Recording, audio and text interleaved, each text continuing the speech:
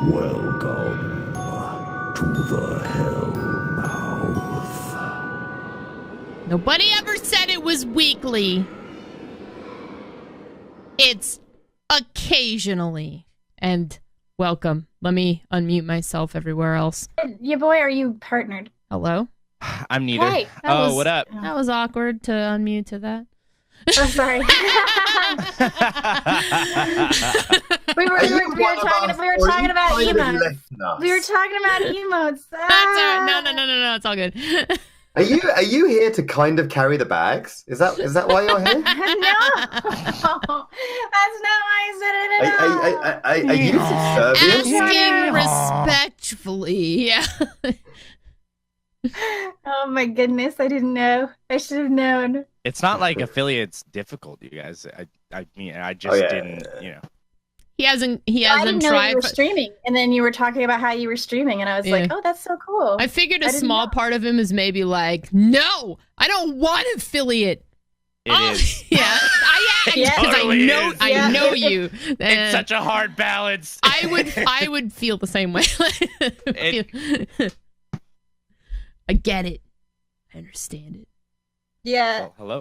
If I wasn't partnered, I'd probably would just be like, either I want all the emotes and the badge or nothing at all. Like, I don't know if I could deal with the one emote. Now, before we really get into the like, Yeah. Mm-hmm. Yeah. Before we get into the meat and bones, right, of the talk, did you like specifically make YaboiDeyquan's portrait to alienate him from the rest of us? Yeah, I was wondering. I was gonna comment on that too. I mean, do you have like one that you would rather? I didn't know where to find your creepy picture that you're using there. Like, if you have it. Oh my god! I just realized. Because I was like, does Jade need a picture from me? She didn't ask, so didn't it's probably ask. she'll whip something up, Yeah, right? I didn't ask because like last week when I like was getting everything ready, I was like, it was a last minute thing. We were gonna sub you in, remember? And then we just kind of decided to scrap it. And then tonight I just didn't ask because I was lazy. And if you have something else, I'll just sub it in now. My guess was that you were gonna use Teen Yeah, All that's Man. amazing. No, I like that. I love that. But it's fine. I figured I would use it. I'm the special guest. Let's fucking do it. I figured I'd use something a little more dignified than, oh man. Also, I should have asked JT because he had like 10 different screenshots from that night because of course he did. Your boy clearly a werewolf in human form. I mean, he wishes. Your boy clearly a hipster on a street in the sun is what that picture is. I could like that Elspeth shirt, nailing it. Let's see. Filters. What can we do here? No, it's cool. I mean, you should be able to like grayscale filter that and like color make it gothy. Correction. If you just shit the color into the ground, it'll go gothy immediately. Saturation. There we go. Now you're like super.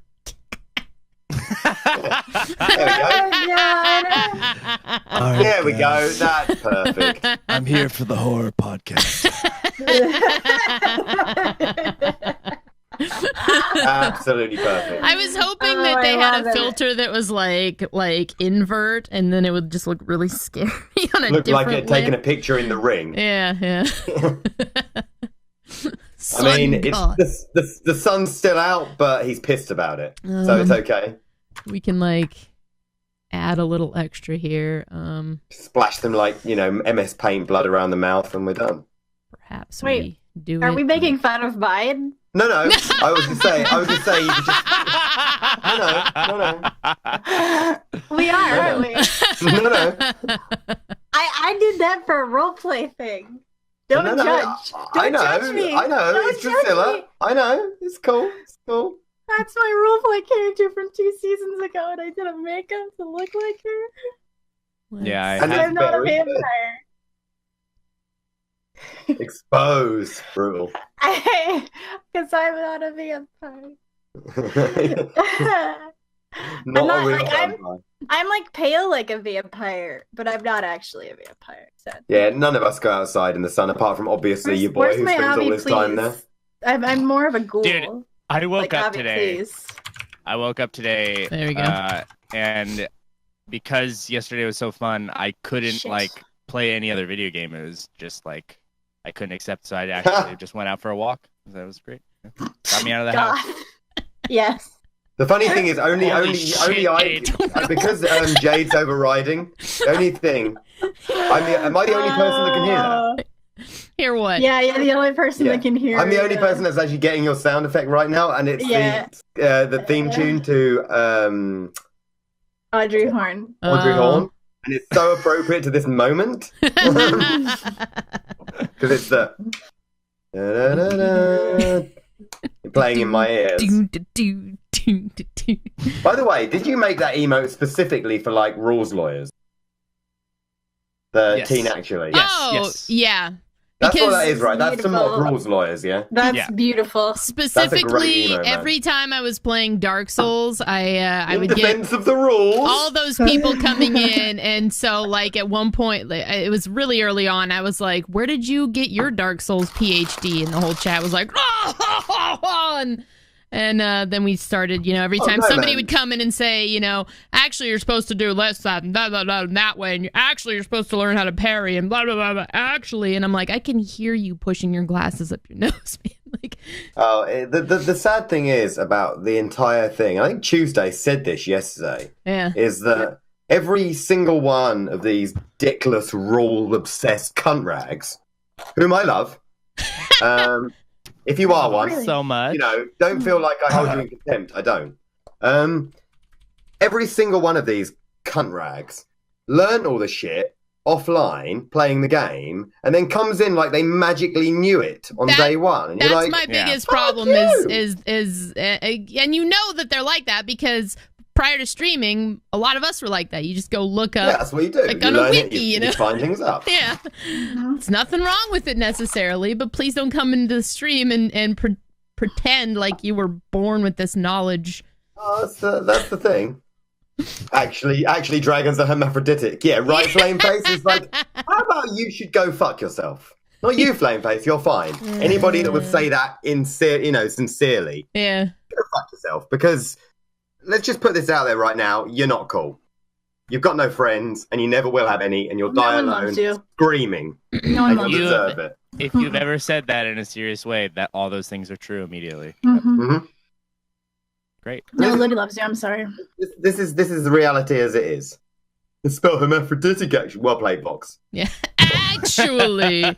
Actually. See, all the Vox is missing is that emote.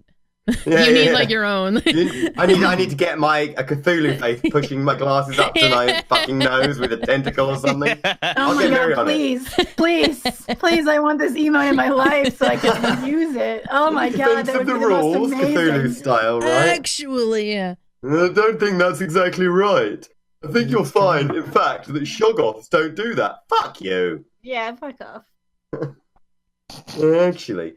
No, it's good though. Seriously, pushing the monocle up. I know, right? Yeah. But the problem with the monocle is it misses the in defense of the rules nose push. Yeah, it's all about that right center nose. You have to push right in the middle of your glasses. That's the point, isn't it? Yeah. Otherwise, you have to use your middle finger when you do it, not your pointer finger. Or you can use your pointer finger. Yeah, it would need to be a tentacle pushing the spectacles up. Yeah. It would be a tentacle pushing the spectacles up. No. Everybody here is cool, right? None of you guys have ever done that. We know that. Yeah. You aren't the kind of people that walk into a chat and go, hey, guys, did you know that this thing actually heals it? No, well, you know why? Yeah. Because you see the word blind in the title. Oh, you don't know what that means? Then fuck off. My favorite was the one who came in, and it had been like, it was Dark Souls 1. Yabo was there, because I think Yabo was the one that banned him. But it was a day of just listening to, why don't you parry? Why don't you practice parrying on these guys? And I was in Anne Orlando, and somebody came in, why don't you practice parrying on these Silver Knights? It's a very useful skill. And I was just like, I'd been tired of hearing it, so I was finally like, please don't tell me how to do that.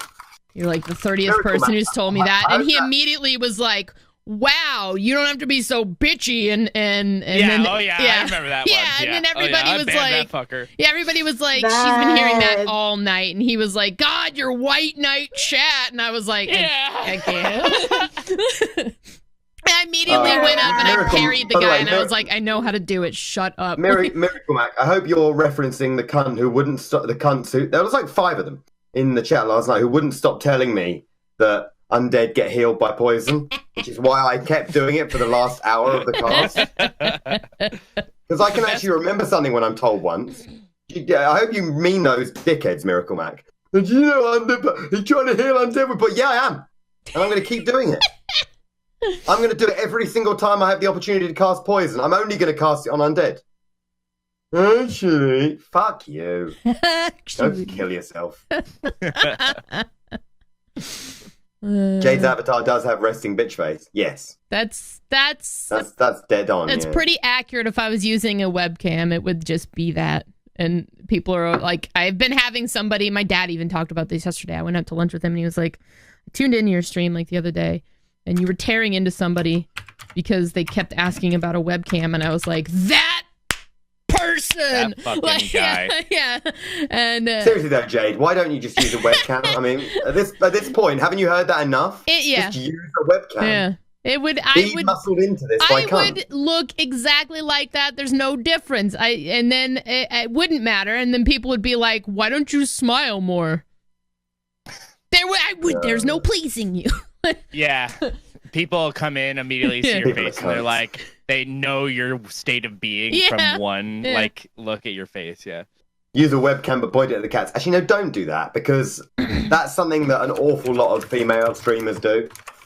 They wouldn't stay for it. They've wisened up to the camera. A lot of they people don't do the cat cam. The cat cam seems to be a thing.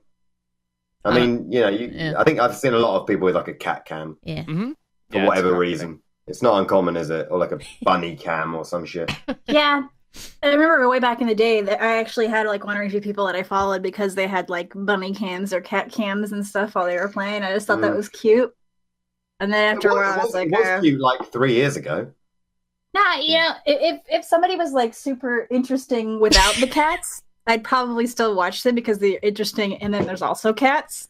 You know what I mean? Magic Rice Ball makes a good point there. I would be totally into like a snake cam or a Komodo dragon cam or a turtle cam or a fish cam or anything that's not a cat at this point. Ziana, you got to realize that is exactly what I was going to people have brought that up. Like, use a webcam, but point it at a printed out picture of your icon. That's just actually have totally it ready solid. to turn on I whenever love somebody that. asks. Can you do that, please? That's That would actually make me totally so solid. happy. Please do that. Just- In fact, set it up just so that you can switch to it halfway through the cast. I'm gonna say that I'm Yeah, gonna Tess, do I this, really but like Tess's one. it's gonna be a Cool. That's what I'm while. saying. You're gonna forget about it, and then like April Fools, there's gonna be a webcam stream. No, yeah, you're right. You're right, Cobblepop. Tess has a lizard cam, and I totally like that. I think that's interesting. Yeah. Sick, a lizard. That's cool, right? Well, she like problem moves hers around. Like hers Well, yeah, actually. she shifts hers all over the place. Hers is like That's the super issue. mobile. Because I have a turtle, but like turtles make their tanks dirty as fuck like really quick. So it's like I can do it like 1 day a month. Yeah. Well, And you then know, the turtle's do it like, Yeah, and then everyone's like, "You're not taking care of your turtle." You're like, then. Your "Fuck." terrarium's disgusting. Yeah. he did that to himself. What he wants. Well, welcome to Hellmouth. Sometimes we talk about horror, but a lot of the time we don't. Yeah. I think a tarantula cam would be cool. Yeah. I'd be You think interested. of what? A tarantula cam would be cool. Anything that's not a I'd watch cat, that, yeah. really. It's not. It's like you get the fucking what's that chair? Everybody, you get your DX The racer, DX you get your green racer. screen, Yeah. and you get your cat, And that's how you be a streamer. the streamer startup package 101. I used to always joke about that with Lorg. Like, you got to get your green screen, you got to get your ATR 2020, you got to get your little Behringer mixer, you got to get your DX racer. Mhm. You Who needs a fucking green screen? No one. Sit in the dark, have green lights. Fucking yeah. Yeah. Yeah, look like you Sit with your dirty room in the background and say, "Hey guys, look at my dirty fucking room. Look at my filth. I wallow in this. This is what I live in because all I do is stream and work 40 hours a week. You Congratulations." wanted to know how real I am? Look at my life. After this, I'm going to self-harm and cry to sleep.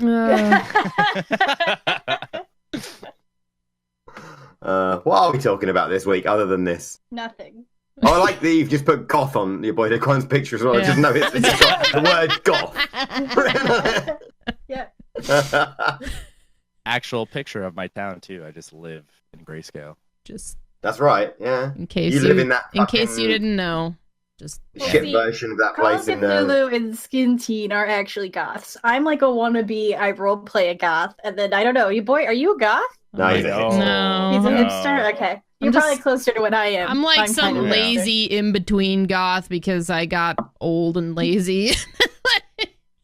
I can't Calling commit you a it. goth is definitely a stretch. Yeah, I can't even commit anymore. I feel Yeah. like you don't you just have the card and it's there. And It's you don't sort really. of- It doesn't really matter if you like things that aren't goth because you already earned the card over years of being a No, goth. we've taken her car back ages ago.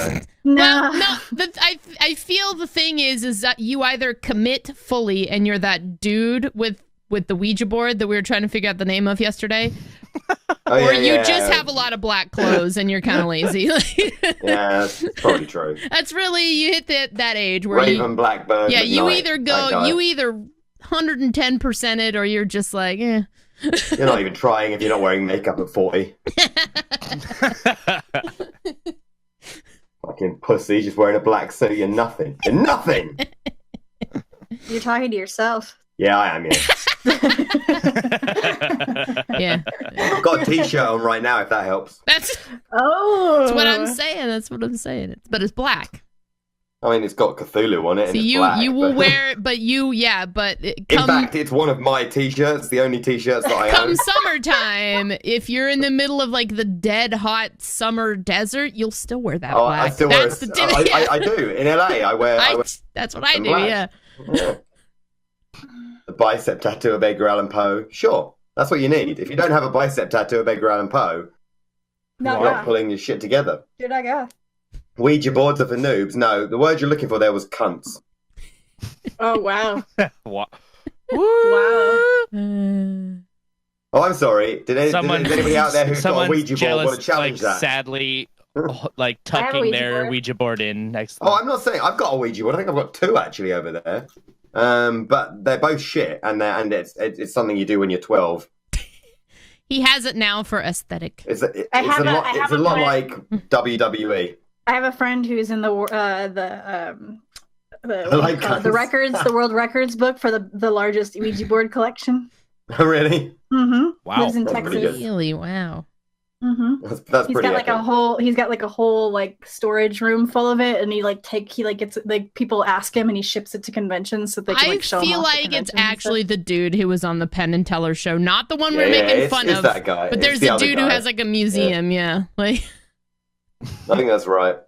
Yeah, wrestling. You know, WWF or whatever you call it. Something you do You when you're can't 12 see and the then you air don't really do it. quotes, but wrestling. Yeah, you know, WWF, that thing. You know, you watch it when you're a kid and then you don't Yeah. watch it anymore because you realise it's not sport. Oh, where's JT? How is that controversial? It's not a sport. It's fake. Sorry. How I'm is that expecting controversial? I'm expecting JT to just come in and be like, Well, mm-hmm.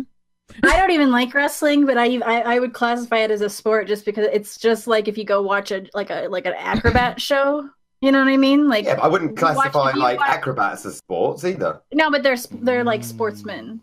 Like, Oh, so if you yeah, go, I'm if not you go saying to, the wrestlers aren't highly trained and very athletes. fit. They're Yeah. athletes, Yeah. but they're Yeah. it's not really like a Yeah, exactly. competitive I was slut- sport. it's not Yeah. a sport like football, but it's still performed by people who are almost as athletic as those football players. Oh, Does that make absolutely. sense? I'm not. Yeah. This is not a criticism of the wrestlers themselves. I'm sure they work Yeah. very hard to do that because it must be really hard to jump off a building and not die Yeah. when you hit the. Yeah. Like I've seen them jump off like big metal cages and shit and hit the floor. That takes fucking athleticism to not like immediately die. Now I'm thinking So- of when we were watching the Conor McGregor Mayweather fight, and some of us had luchador, the Mexican wrestling on another screen, and there were like That guy people jumped. jumping out of the rafters and throwing snakes around, which was terrible to watch. But By the way, I Am Pickle just said it's Cirque du Soleil for rednecks. That seems Yes. dead on. That's my little pointing thing. Yeah. That was what That's it was. pretty good. Because I worked- You I can't worked in see me Vegas. touching my nose right now, but I am. I worked because when I worked in Vegas and I worked with like a whole bunch of people that were in Cirque and they spent like 10 hours a day doing like exercising and practicing and all that kind of stuff. Like I wouldn't consider Cirque a sport, but man, if you go and watch all those people, like I bet you that they could beat the shit out of some athletes. Some people who get paid. No doubt. It takes a lot of core strength to do what they do because you have to hold a position for holding yourself on a rope by your arms alone. Yeah. And you're like, how are you defying physics now? Like, surely you should pendulum down, but you're not. And I totally see wrestlers as being that same kind of thing. It's just that all their stuff is soap opera and rednecks, and that's true. Oh, absolutely. It's awful. I'm sure they have to be incredibly well trained and fit to do what they do for like 40 minutes or something, but that doesn't make it a sport. Yeah. Oh. Yeah. Well, okay, actual horror. Yeah. Hellmouth. We'll round it back. We were gonna talk. It's been a while. We were gonna talk about the death of Toby Hooper, like when it was relevant. Sure. Not that it's not relevant now. That was like 7 weeks ago. Yeah, now, not that it's not relevant now, but it's not like new news. I mean, yeah. Without question, one of the most important directors in horror, if not actually arguably the most important. So just kind of we figured we'd just loop a bunch of different directors in. Or maybe even if we wanted to loop in games, just to keep it mixed up. We can talk about games at the end. Apparently there's some DVD updates or some shit that we can talk about. Yeah. But we figured we'd talk about iconic horror directors in the movies. Plus, your boy Daquan has never actually watched a horror movie in his life. Ever. Never. Yeah, totally not. I have seen a Toby Hooper film, though. So which one? Poltergeist, of course. Oh, you suck. Which one do you think, dude? I'm a pussy. What do you want from me? Which one do you think, dude? I'm a pussy. I mean, fair this. enough. Yeah. I love horror. I have trouble watching. He has a very small threshold for it. Yeah, and it's like I love it. Kind of the perfect candidate for it. Yeah. To be fair, I haven't seen Texas Chainsaw Massacre, and I have seen Poltergeist. So technically, I'm on the same scale as you when it comes to Toby Hooper. There you go.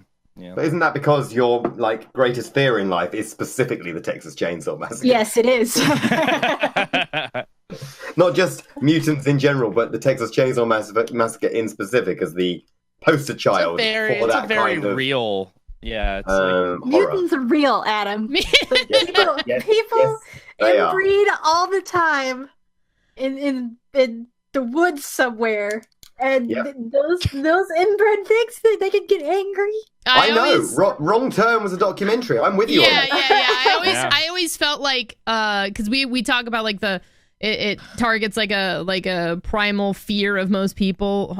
Horror does in general, but I always felt like they had like 4 different messages they were trying to tell people. Whether it was like never go camping, never go in the woods. Never go, the primal fear at work in mutant shit is being alone. Oh, sure, yeah. But like I always felt like rather than the primal fear until that came up and I was like, yeah, you're right, it does. But like before I'd be like, I feel like horror always is telling me, never to go into the woods or like never go buy antiques. Or, never talk to hillbillies. Yeah. Kind of like Flee from banjos. Kind of like that scene in Cabin in the Woods, where they're in the basement and the people are waiting for one of the teenagers to pick up an item.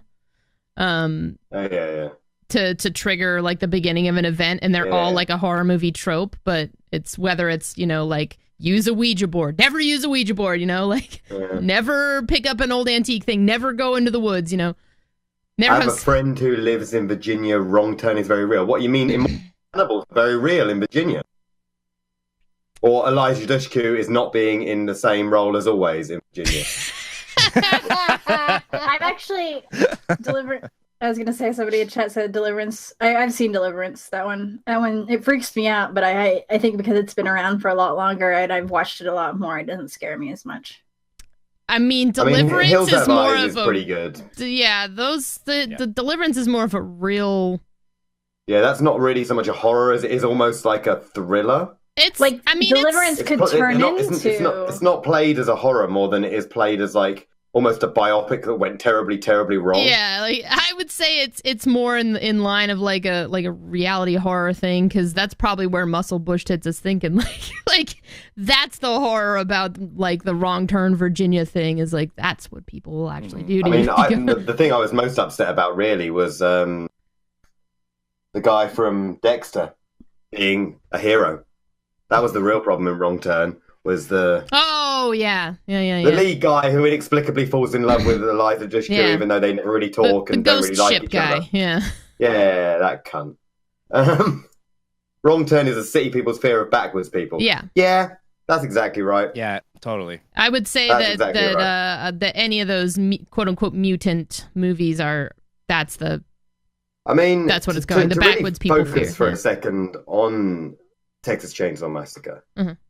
The reason because Wrong Turn is garbage. Okay, it's stupid garbage and badly made and badly acted. And apparently there's like 7 of them or something. My parents...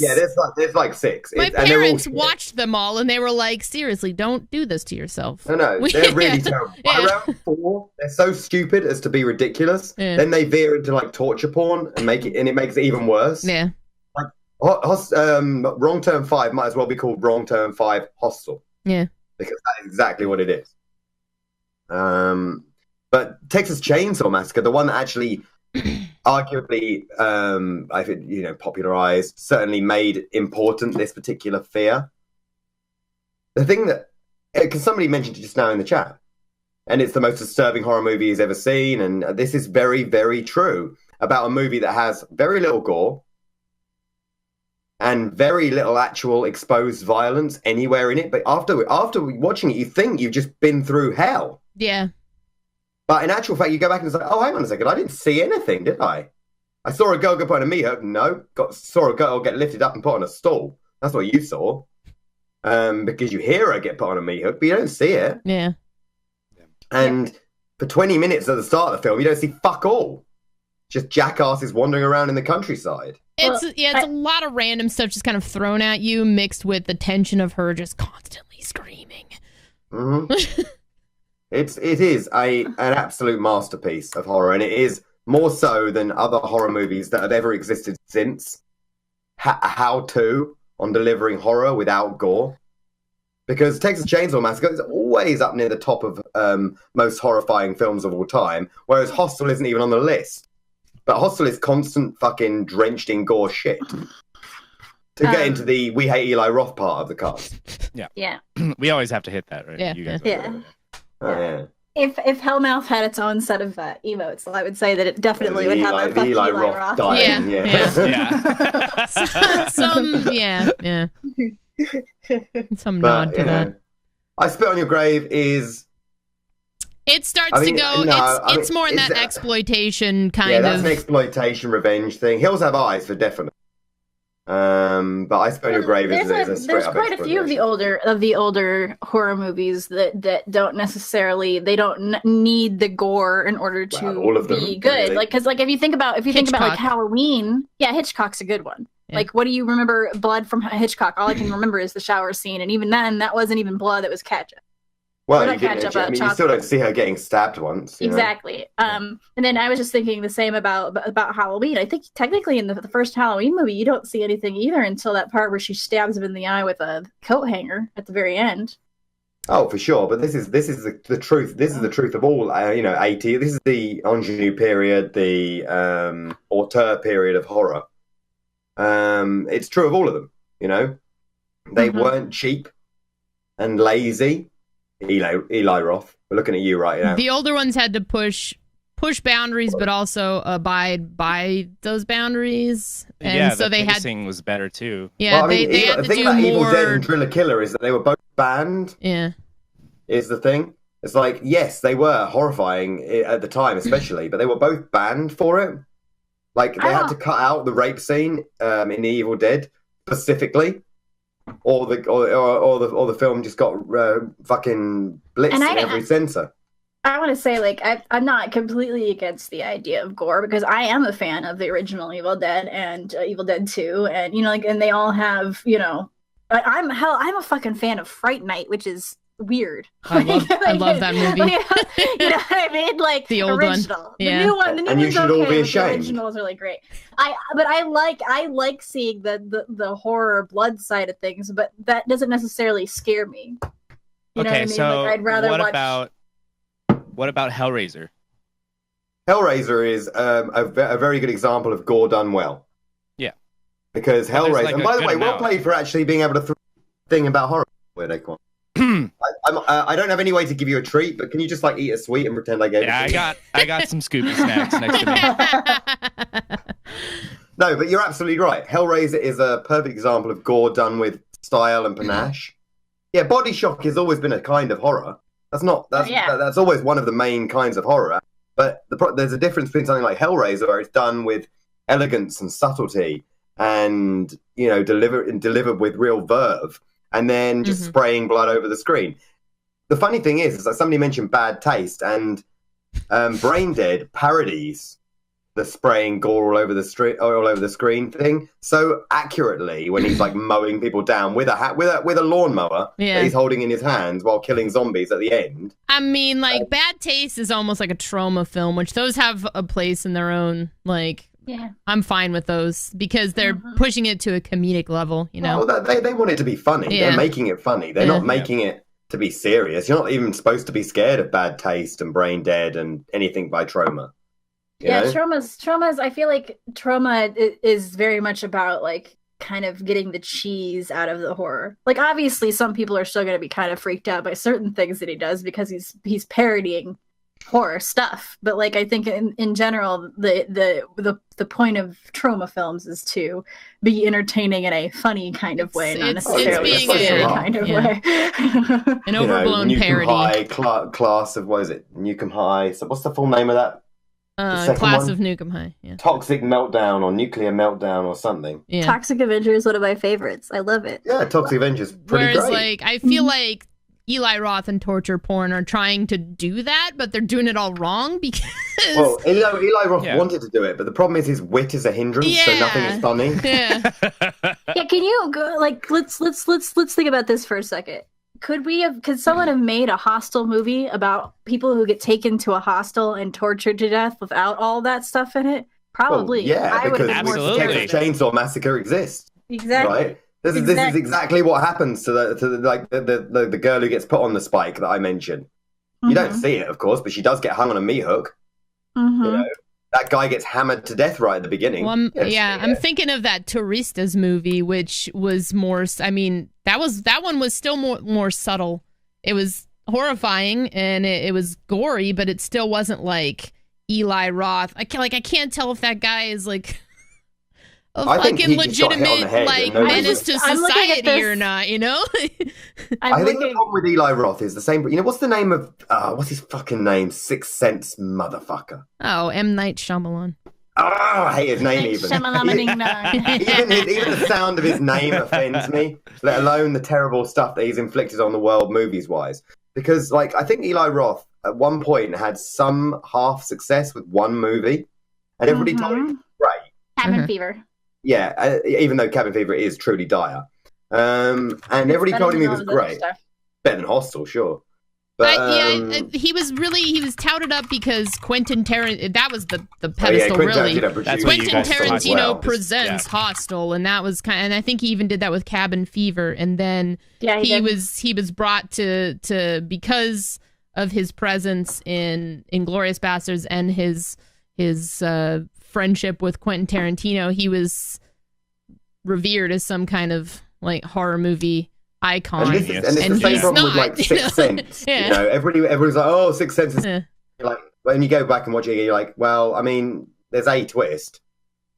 I mean, is that what you mean by deep? All right, I guess. And then he makes signs, and oh no, the aliens have come to a planet covered in water and wood. I feel like we just need an I Hate Eli Roth episode. Yeah, it's probably get it all out. Yeah. Well, has his horror Masters of Horror thing come out? That's because that's the perfect time, right? You watch that and then that series. I don't know. Yeah, I think it's coming out. Watch the series. Yeah, I think it's coming out in October. Well, of course. Like, it depends, really. That series could be made by like a series of really intelligent scholars, and then Eli Roth is just presenting it. In which case, it'll probably be fine.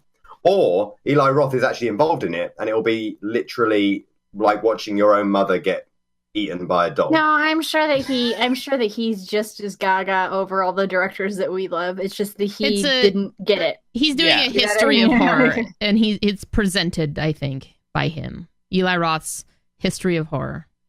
He's pretty. I just posted in the Hellmouth thing. Eli's the only pretty one.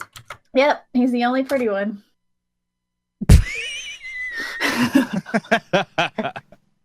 Yeah. But the thing about it is like all the rest of them, you're looking down the list and you're like, wow, like you're so fucking awesome. Yeah. You're so awesome. You're so awesome. And you get to his face and you're like, yeah, you look okay, but you are like, I can see the cunt radiating out of you.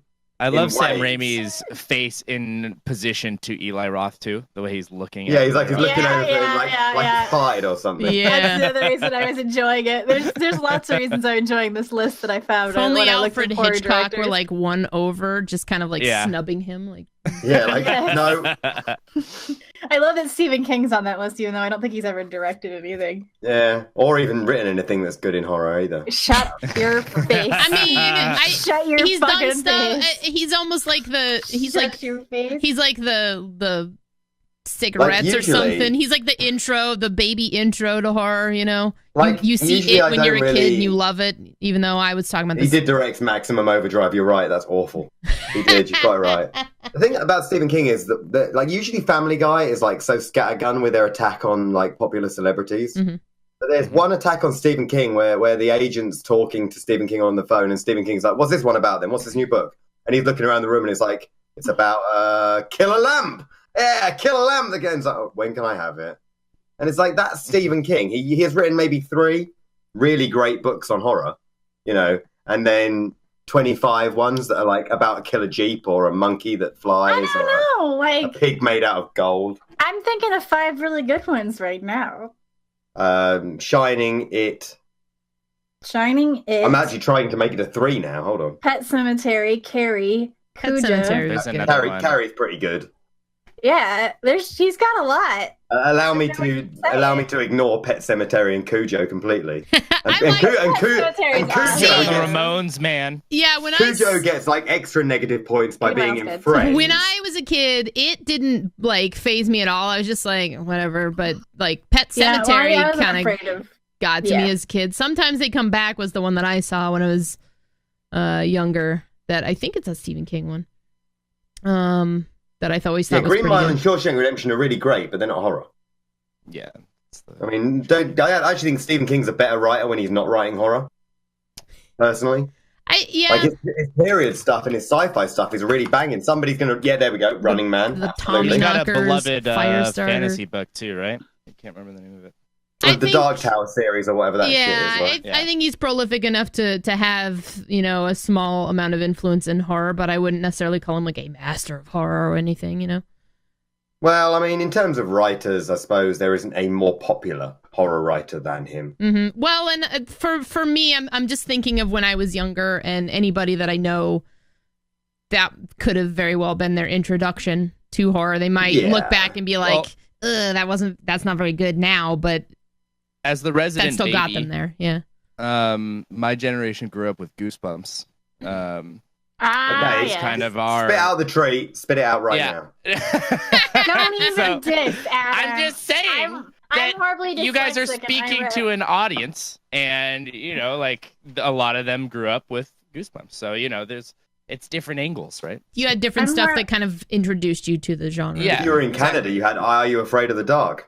And then you got depressed that you had Are You Afraid of the Dark? Oh my God, come on.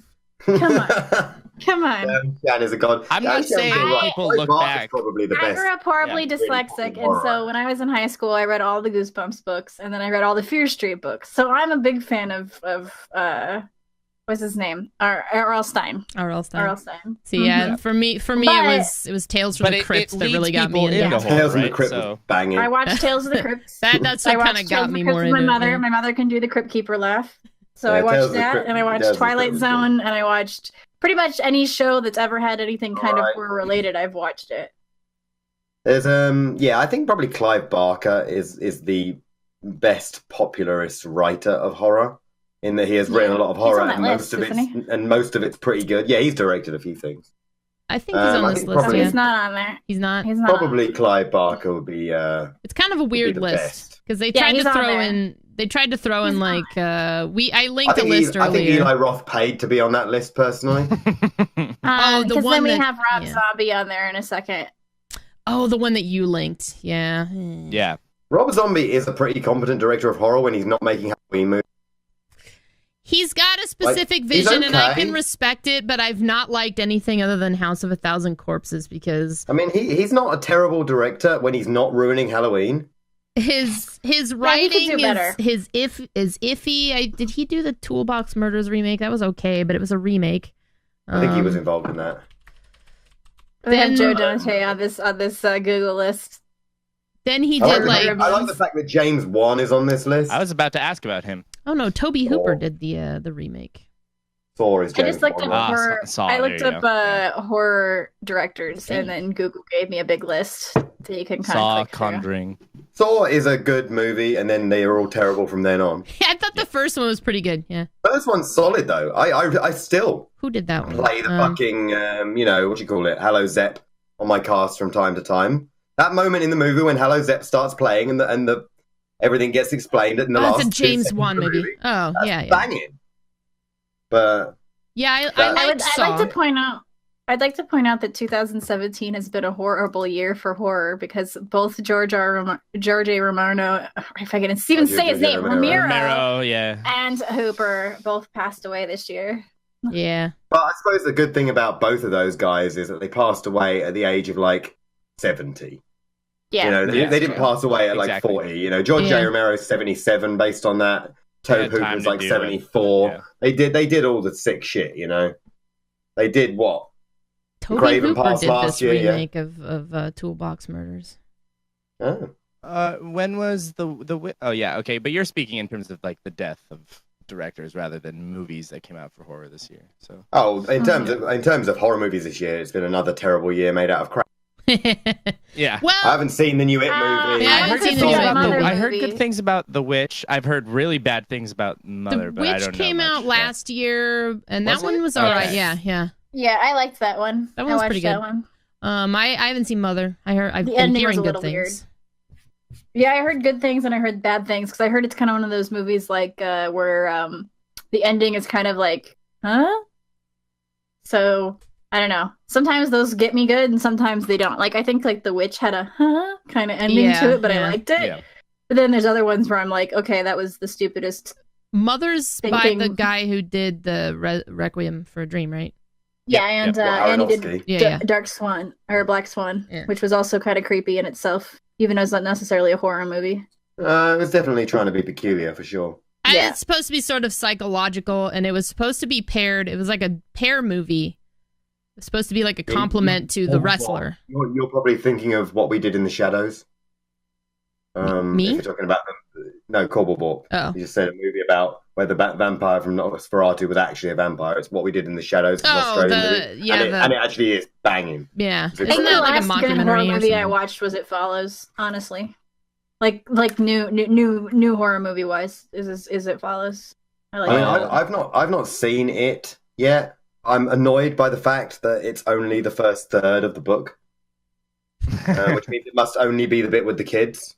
It is. It's only the story with the kids. That's. But I'm kind of happy that they did it that way. Because if they didn't want to like spread it out and like try to make it a TV series kind of thing, like they really focused. But I haven't seen it yet either, so I don't know if in focusing on just the kids portion is a good idea. Oh, was it Shadow? Yeah, you're right. Yeah. Andrew I had Muschietti. I had multiple friends that like horror go to see it, and one of Could be them Shadow out the of Vampire, those 4 people has said that they didn't Oh, like it. They God. didn't like it. The guy who did the movie, it was the same guy who did Mama. Oh. Oh well, Which I didn't care for. Could have been Yeah. good. It could I have been. saw good. that one. I saw that movie. How Yeah. about that? That's the one with the ghost that climbs through the house and the Yeah. feral I think so, children. right? yeah. He's also Yeah. signed up to be the director of the Lock and Key TV series, which I didn't know they had signed off for that or anything, but that's based on a comic book God, that's the ending of that fucking film. Ugh. Yeah. I don't remember it. I just remember not liking it. Like I watched it with my friend. Displeased. Blair Witch was horrible. Blair Witch is a good movie and it's right in that one also came out last year, but yeah, the Blair Witch. If we're talking about the original Blair Witch, I think that one maybe are we talking about the remake or the original? Because yeah, if we're talking about the remake, then yeah, fuck that noise. I forgot. But if you're talking about the original Blair Witch, that was all right. I mean, in terms of reality horror, which is a terrible genre filled with terrible things, the Blair Witch is pretty good. There is a horror movie you guys should never see called the Poughkeepsie Tapes, and that's reality horror. And that was reality horror is. It's more like I don't know if there's a category for like documentary horror. It's like in the mixture of those where it's like currently happening. It was just fucking awful. God. Of reality horror, there are about 5 that are really good, including things like Wreck and stuff. But reality horror is generally the problem with reality horror is the same problem that exists with builder MMOs, like Ark, in that there are like 3 that are maybe good, and then the rest are all alpha buggy shit. They're really dependent on your ability to suspend disbelief. Yeah, absolutely. Yeah, and that's really hit or miss for most people. I'm and that's fair. That hold on a second. Google is really fucked up here. They don't even have Cunningham on here on this list.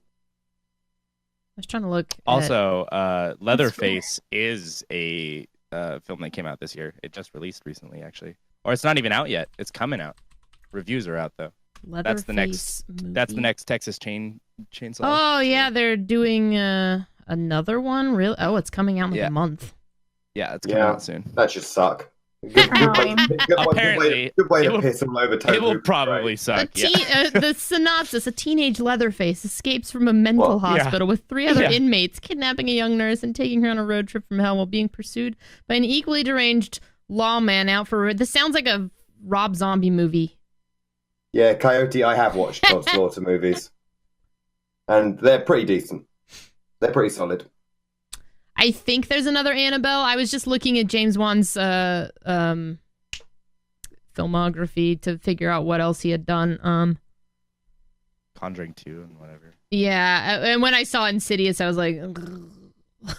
Yeah, Insidious is bad. But he did not do Purge The Conjuring. bad, but quite bad. Yeah. The first half of it was great.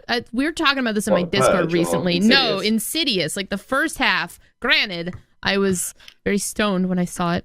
And the first half, me and my friends were just like sunk into the couch, wide-eyed, like, ugh. And then in the span of 2 minutes, this movie took a complete 180 into the worst thing ever. And it was about. Martha was scary back in the day. They get possessed by Jesus. No, they don't. They get possessed by possessed by the dead ghost of a priest. Mm. And it's still not good. Because Patricia Arquette shouldn't be allowed to do anything in film. I remember that movie. It would have been better approached differently, I think. In defense of the rules, I believe they get actually possessed by the spirit of a dead vicar in Stigmata. Let's see. What other kind of directors we can bring up? I'll reference this top Hitchcock. Top because 13. There's no 13 directors. So let's go with the 13 directors list. We've kind of already gone over James Wan, Toby Hooper. Okay, wait. 13 directors. Or is this one? The stupid Pop Matters article that I linked, yeah. Okay, there we go. Roman Polanski was the next on the list, and he's done stuff like Rosemary's Baby and The Ninth Gate, which I know Adam and I both love The Ninth Gate. Yes. Yeah. I love The Ninth Gate. I am known for my love of The Ninth Gate. Adam loves The Ninth Gate. Wait. Which ones are we going over? We're going from the beginning to the end? We're on 11 because we've already kind of gone over the first two. It's in the Discord. Can you see that? The channel, the Hellmouth channel. I see the Hellmouth channel. Oh, okay. that one. Okay, yeah. Got it. Okay, so we just went over James Wan. Is that what you were saying? We just basically went over James Wan kind of because we talked about The Conjuring and Insidious and Saw. And, yeah, that's why you shouldn't assume that Rotten Tomatoes is actually correct if they get out. And this article says, well, some want to pigeonhole James Wan as the titan of torture porn, but I think James Wan's done more that. James Wan, they say in this article that the title goes to Eli Roth. Sorry, yeah. Honestly, I feel like I feel like if I was gonna watch a torture porn movie, I would rather watch a James Wan movie. I mean, Saw is really the closest thing he gets. That's torture porn. Because I liked Saw. Yeah. Like, I know some of us here didn't like Saw, but the first Saw, the first one was great. Yeah, good one. The first Saw was great. It's only when he gets past number 1 that it goes to terrible places that really suck. I've seen glimpses. Well, of he didn't make any of the solid. ones after that, though, did he? he did. Didn't I think he was involved in the second one. He was involved in the second. I know Yeah. for a fact that the third one on. I'm pretty He sure. produced- I'm pretty sure he was like the producer on He all of them. produced the rest of them. Yeah. Yeah. Then Toby Hooper we've talked about, who Texas Chainsaw Massacre, Poltergeist, and I think That's he did true. like Salem's Lot and That's true, stuff. Muscle. Torture porn has survived longer than, or been around longer than Roth and Wan. But I feel like Wan does like Saw and The Conjuring. I mean, like, The Conjuring is not my favorite, but like I would rather watch those than Hostel or Cabin Fever. Yeah, hands no, down. that's been around forever. It's just that it was popularized by those two, and Well, of course, they didn't say they were the creators. They said he was the titan of it. it's like people Titan, starting to call everything that every tactical FPS a PUBG clone, you know, like or PUBG. it's like no, that's not okay. Anyway, so we've kind of gone over them, and then Roman Polanski is maybe the next one. I don't even know that I'd call him a horror director. He's done a couple of things, but Well, he's done a couple of horror movies. They're really just rocking that off Rosemary's Baby and the fact that he got like half his family murdered. yeah, that's true. Congratulations on your dead wife and dead child. Yeah, Roman is really his main claim to horror, which in fact makes him, quite honestly, because he's definitely been closer to horror than anybody else on this damn list. yeah. And if nobody's familiar, if you live in a cave and you don't know about that, he's the Manson murders, the Manson family murders. That was his family. 10, Lucio Fulci, who is it's a little more obscure, but he's done a lot of old school like zombie movies basically. Zombie shit. He was pretty good though. He had some strength back in the day, man. He's pretty prolific, and he's a late 70s, early 80s person, right? Yes, Italian, really good. He's stuff. hanging out with Argento at the same time that they were fitting out crap. Yeah. Todd Browning is amazing. I feel like I want to save this list because there's probably some directors I haven't even heard of and watched. Todd Browning's very classic. Todd Browning is like James Whale if he's on this. Oh, he's next. James Whale is next. Yeah. There you go. Both and your boy, you'll be able to watch Friday like, Frankenstein. James Whale. Oh, yeah. No, exactly. Todd Browning. Yeah, those are old. I've seen some James Whale. Yeah, those are old classic. Invisible Man. Yeah. You would have to call yourself not a film student if you hadn't, quite frankly. That's why I figured he would fit into this conversation. Yeah. Sam Raimi, of course, is here, as he should be, because Sam Raimi is. Raimi to me would fit more in the place that you want to put Stephen King because his stuff is more accessible to the mainstream. He's right off the edge of it. Drag Me to Hell is truly very bad. It's one of the worst movies that's ever been made. It's so terrible. There's a point when a goat freaks out and starts biting people. It's stupid. It's not frightening, but it is terrible. David Cronenberg's a great choice. Shiver is utterly horrendous, and this is Body Shock. Scanners, done The Fly. Well, yeah, I've heard. This is Body Shock done at its absolute high point, because Shivers is truly unsettling, like gruesomely horrible. And again, don't see a lot of the stuff that's making you cringe beyond belief. Like the girl in the bath scene is probably the most famous thing from Shivers. With the gross worm thing coming up towards her, and then the bath water goes kind of milky orange. It's the most disgusting colour. But you don't see the worm going up a twat, despite that. But and it's truly upsetting. Yeah, that is very well done. Or you think of like Scanners with the iconic brain exploding. That's much more of a gore. But it's it's so good. And The Fly, which is probably his most well-known movie. Fucking Jeff Goldblum. And the transformation into Brundlefly is truly vile the entire way. So gnarly. And then nails and teeth start falling out. It's really good body shot. It borders on schlock, but it's in a good way. Oh, definitely. Well, I mean, Body Shock always verges onto schlock because of its danger factor, but it's Body Shock done fantastic. Let's see. The next one on the list is Wes Craven. Who is? I mean, Craven's actually better to talk about things like The Hills.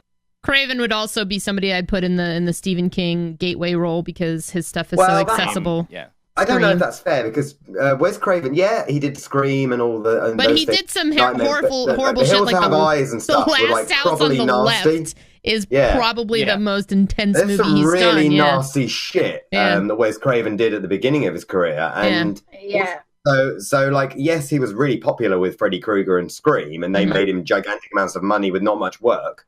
Yeah, Sam Raimi is Hills Have more Eyes. There's some gross shit going on in Wes Craven's horror. Yes. Last House on the Left is really. I mean, there's a rape scene in that. It's pretty bad. It's truly horrible in that moment. Yeah.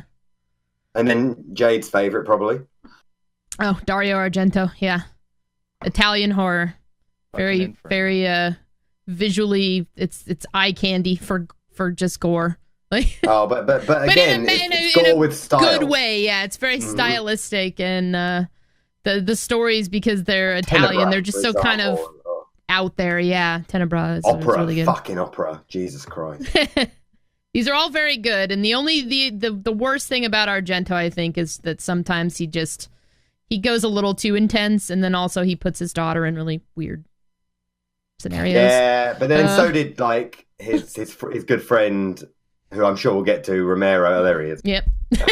He's further down. They were all using poor Daria Argento, whatever her name is. What was it? It is Daria. Asia Argento, yeah. Asia, right? Yeah. Like the offensive film she's been in is like the third Evil Dead one, Land of the Dead or whatever it's called. I don't know. She was in Triple X. Oh, she was. Yeah. What a great film. Yeah.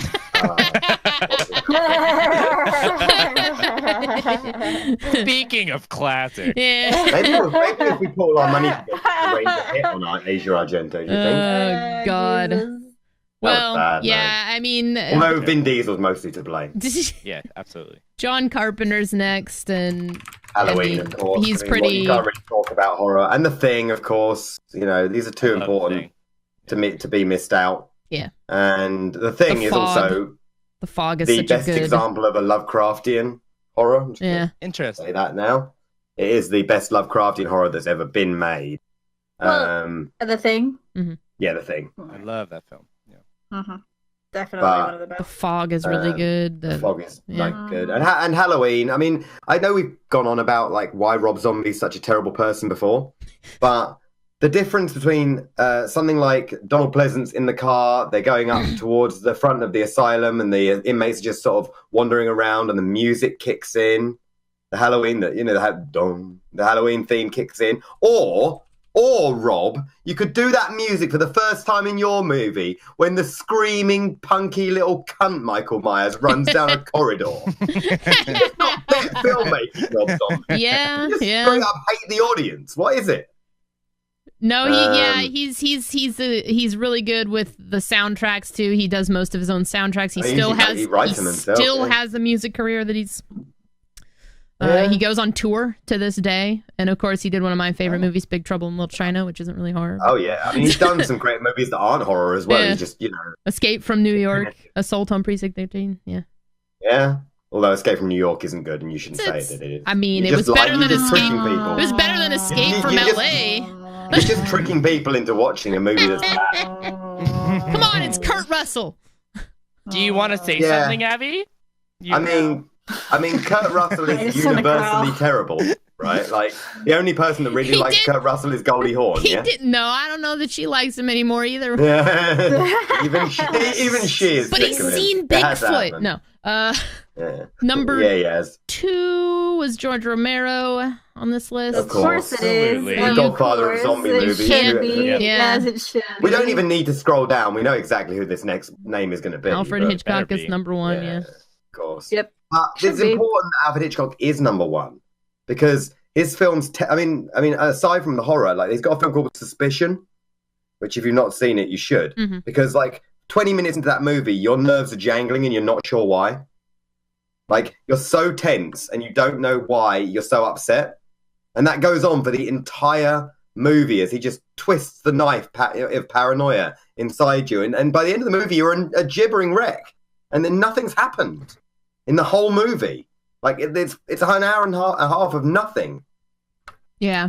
But incredible delivery of suspense. Well, the thing that I like the most about Hitchcock films in general is they're just artistically well made. Like they really hit the audience in a certain way. So then you put the horror into it, and not only are you seeing a good horror film, you're seeing a good film in general. Like that's just how I've always felt about Hitchcock. I mean, oh yeah, but the reason Unleashed Horror that Hitchcock is #1. I think he did more, given Psycho. Given the period of time he was working and what he had to work with, the standards back then, I would absolutely unequivocally call him a horror director, because back then he was working in like psychological aspects of horror versus. Oh yeah. Mm-hmm.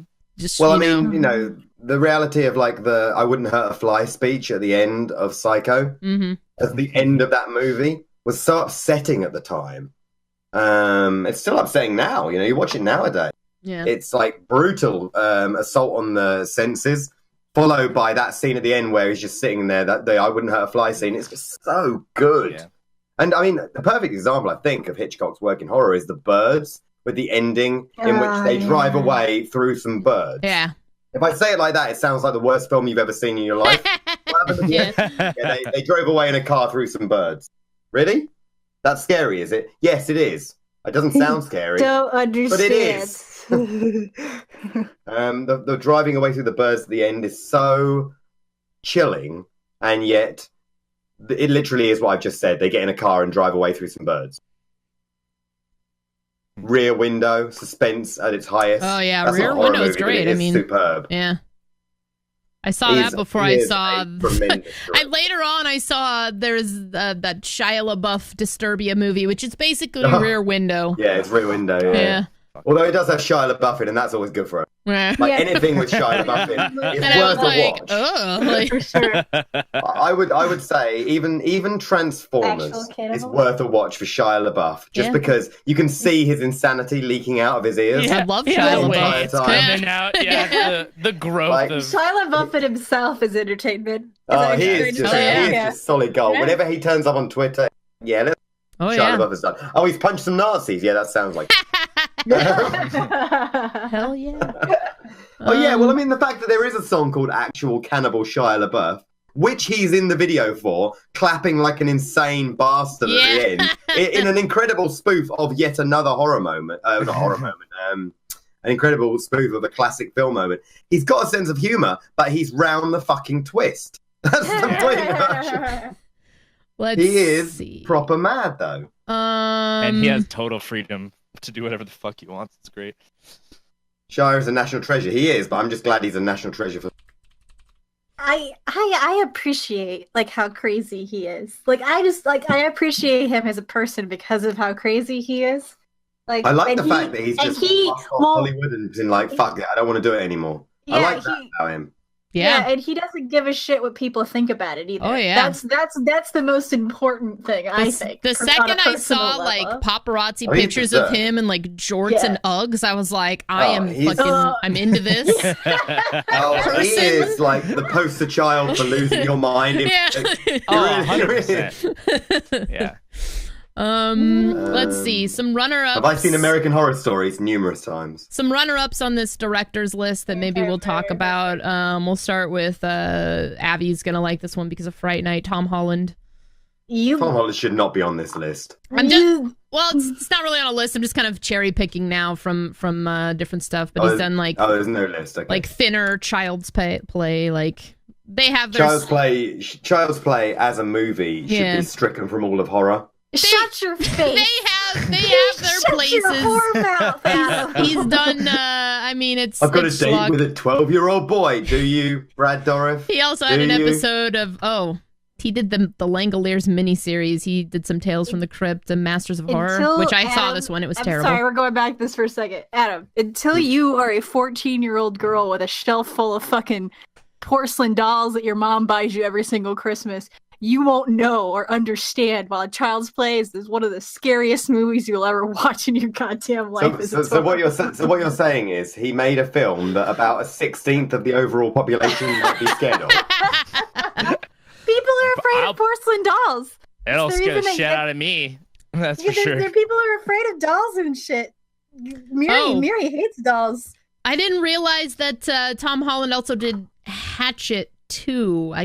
Did he do the first Hatchet? Then that doesn't count. Hatchet was great for what it was. It was so schlocky, and it had Harmony from Buffy in it. Awesome. Yes, any movie with Harmony. Harmony / I'm in Playboy now, Kendall. Oh, shit. Buffy should definitely be a thing. Let's see. Next on the list, we've kind of touched Child's on Play, by him. the way, in England, Child's Play 4 has the dubious credit of being blamed for a child getting murdered and set on fire by a couple of teenagers who blamed it on watching Child's Play 4. Oh, really? Yeah. That's stupid. You can look that up if you want. It was boring at the time, and it's still boring now. Yeah, yeah. We could touch on this Child's one Play is too. great to watch after Terminator. What, as like a palate cleanser from a good movie to a bad one? in the sense that you might watch Lord of the Rings and then watch Legend. Legend. No, I don't. Oh my God! You shut your whore mouth, Adam. You shut Just your because Tim whore Curry's in it mouth. doesn't make Legend not really bad. Okay. Your whore mouth. 80s fantasy's the best. If you Yes, shut your Tom goddamn Cruise should mouth. definitely be the lead in an 80s movie. That movie Oh was my made better for God. him being When in she it. puts on that demon dress and dances with Tim Curry. You It's can like- shut your face. and I'm You gonna shut your say face. that- There's No, there's no. everything in that movie. There's dwarves, there's fairies, there's unicorns, there's the devil. Like, you can't get a Yeah, all we need is like Columbo to tell the story from a children's book and it'll be a piece of shit. No problem. end of stream. End of stream. Adam's not allowed to make fun of the Princess Bride. Or I've never talked about that. I'm done. Yes, let's make I'm sure done. Done. let's make sure our action hero is Carrie Elwood. I'm done. I'm That's all I leaving this call. We I'm leaving this call. I'm leaving this call. So yeah, okay. Tom Holland also did. He did both the original and the remake of Fright Night, which I didn't realize, which is interesting. Yeah, they're both really good. I loved the original. Like, Yeah, of course, I you saw like it when. crap. Well, no, I saw it when I was a little kid, and it was like a gateway, another one of those gateways. I suppose it is a starting film in Yeah. the same way that like, I don't know. I'm trying to think of another good example of a faintly crap horror movie that would You watch be it like, now and it's totally fucking cheesy. Oh, yeah, I mean, when it's they're in the terrible, dance but, club, yeah. but like it's as a child, I had like frequent like this is really going to be funny considering the bad situation, but I used to have this nightmare about a vampire in my grandma's attic because of that movie. yeah, Fright Night would do the job there for sure. yeah. Although I should point out again that Fright Night's heroine is the girl from Married with Children. Yeah. Yeah.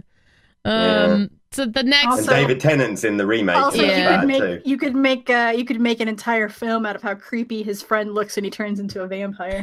Yeah. the next cherry picked name on the list. See, I saw the Jark brought up Kubrick, and that's not the next on the list because I don't think Kubrick's necessarily. Well, it's only going to be The Shining. It's only gonna The be Shining, yeah. point. Yeah, The rest exactly.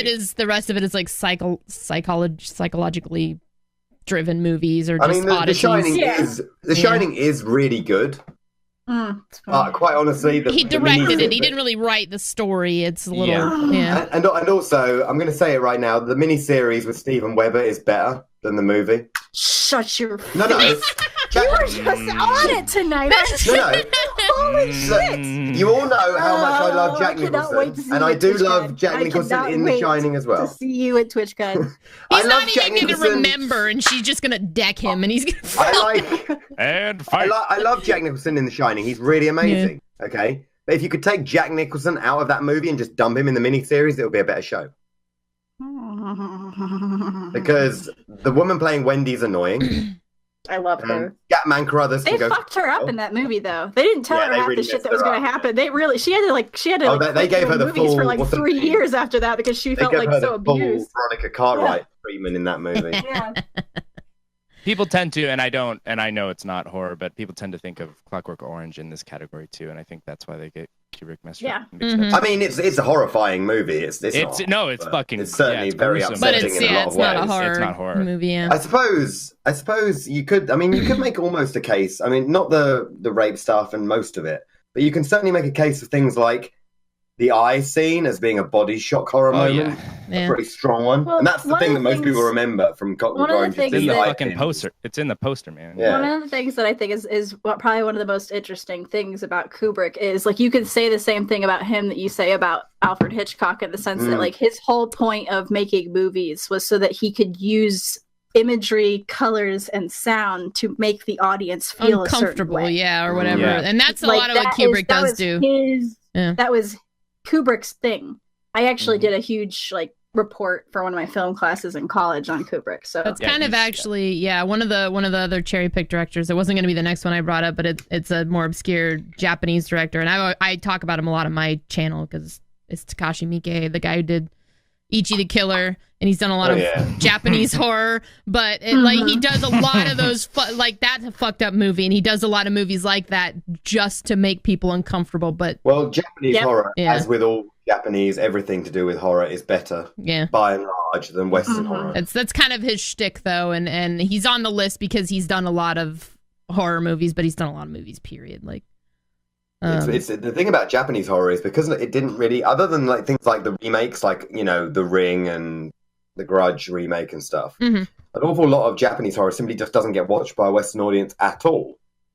Like even less than like the Italian horror of the Nishi Dario Argento area. yeah, Like it just got totally obscured for a very long time, and it wasn't until the American remakes of like The Ring. The only good thing you can say about the remake of The Ring is that it made people watch some Japanese horror, yeah.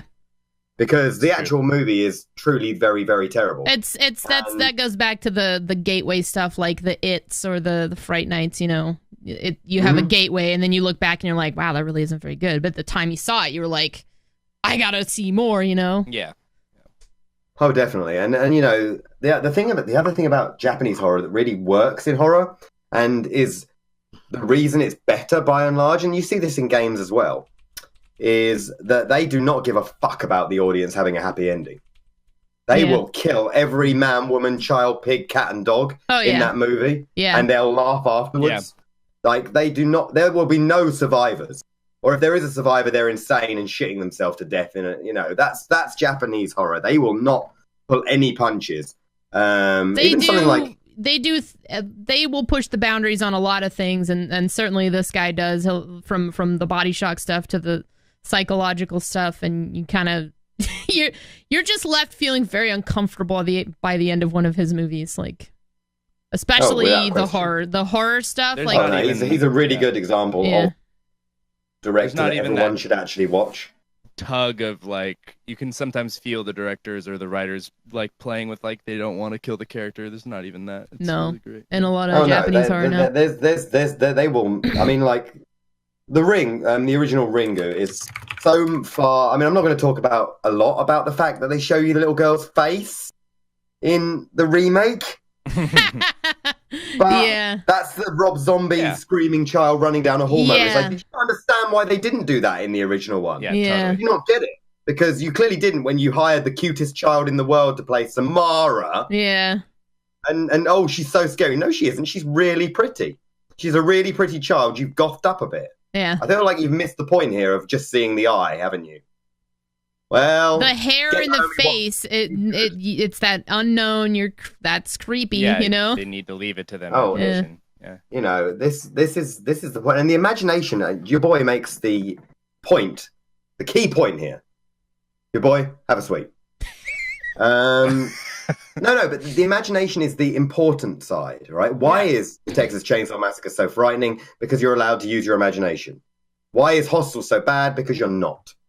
Because it's shown to you rather than intimated. Because it's smashed into your face rather than letting your brain work on it. So later on, you're sitting there going, "Oh God, now I can't sleep." This is the argument for pacing for gore, right? Is that they have to build up to it. That gives you time to imagine it. And then if they can do it really well with that crescendo of gore or whatever, it's fine because then you've had that time. But if they just do it the whole time, there's no time to think on it. So yeah. Oh, without question. And this is the key of all of the films that we've named particularly great, is that they either don't use gore but leave it to your imagination, which works perfectly and is the Lovecraftian style or the Poe style or whatever. It's the allow you to do the work, which is much more terrifying. or if they do use gore, they earn it by not using it perpetually. So when it happens, okay, here's a good example, right? I wanted to make. I'm going to say one of the most horrible things I've ever seen is when Prince Oberon gets his eyes smashed in by the mountain in Game of Thrones. Spoilers. If you haven't seen that already, you suck. That's all right. It's all right. No, it happened 4 years ago in Game of Thrones. Okay? Anybody who's watching with us on like Patreon night, you will forget by the time we get there. And even if you don't, shut up. How is this a spoiler? It was 4 years ago. And here starts the rage. I just started watching. Well, life's tough for you then, Pyrexia. He's going to die horribly. Okay? Just so everyone knows, all your favorite characters are going to die. Yeah, everyone's going to die. If you like them, they're dead. Give in. There's actually no characters in the next season. Yeah, Game of Thrones season 8 is literally just a blank season 8 is like an epilogue of all the people you didn't meet before that are like, oh man, that Jon Snow guy, he was great. I've also heard it's like this is a great example of like gore being used superbly and earned. Yeah. Right? Because it's really horrible when it happens. Like, it's truly upsetting. It's really well directed. It's unpleasant to watch. But it happens out of the blue. Like, you don't expect him to get his eyes smashed into his skull like that. It's truly horrible, unless you've read the book. It's truly hideous, right? But it comes on the back of nothing, which makes it shocking. Which is why when you wash the screen down in gore, oh no, that woman had her tongue torn out. Well, I've already seen a man rape a pig, so yeah, exactly. This is fine. It's oversaturation of that one thing. Season 8, everyone is just ice zombies. It's basically Wrath of the Lich King, but without Artorias. Yeah, pretty much. The next cherry-picked person who we've kind of gone over, and it's an arguable one, but I would say it's important enough just because he's almost an homage director in some ways, and House of a Thousand Corpses had its own place, but Rob Zombie, I guess. I don't even know that he doesn't get an honorable mention because of Halloween. Yeah, that I was he gets his honorable mention taken away. I was reluctant to put him as an honorable mention because the only thing that I like on this list is House of a Thousand Corpses. I didn't like Lords of Salem. I didn't like. I mean, let's think about Rob Zombie for just a second to see if he deserves the honorable mention. Firstly, he ruins the introduction of the Halloween theme tune, and secondly, as if that wasn't offensive enough, he makes Michael Myers talk in the second one. Yeah. Do you not understand the Halloween movies at all? He took away the mysticism of Michael Myers by giving him a backstory, and the biggest, most offensive thing to me was in the director's cut. They had this unnecessary rape scene, and Michael Myers saves the woman by killing the janitor, and of course you're applauding that because that's awful, but at the same time you're just like, what? Aren't you the fucking killer? Yeah. In fact, John Carpenter very specifically said the whole reason you're not supposed to empathize with Michael Myers. You're supposed to find him repelling, which is why you don't justify his behavior. You don't give him a personality. You don't give him a story where everyone's abusive apart from his mum, because that's Rob Zombie's wife. You don't give him reasons for being this way. You take those reasons away and make him terrifying. So there's a new Halloween coming out. Who's directing that? Do we know? That I'm not. I want to say that it's John Carpenter, and they're retconning everything after Halloween 2. I think I read that. It's starting from Halloween 2. It's the sequel to that. They're cutting out everything else. If it's John Carpenter, good. Because we really need to forget about Season of the Witch with Paul Rudd. Fucking Jamie Lee Curtis is in it again. They don't. Is essentially the idea. There's nothing. Oh wait, David Gordon Green. What the fuck does he do? What do you do?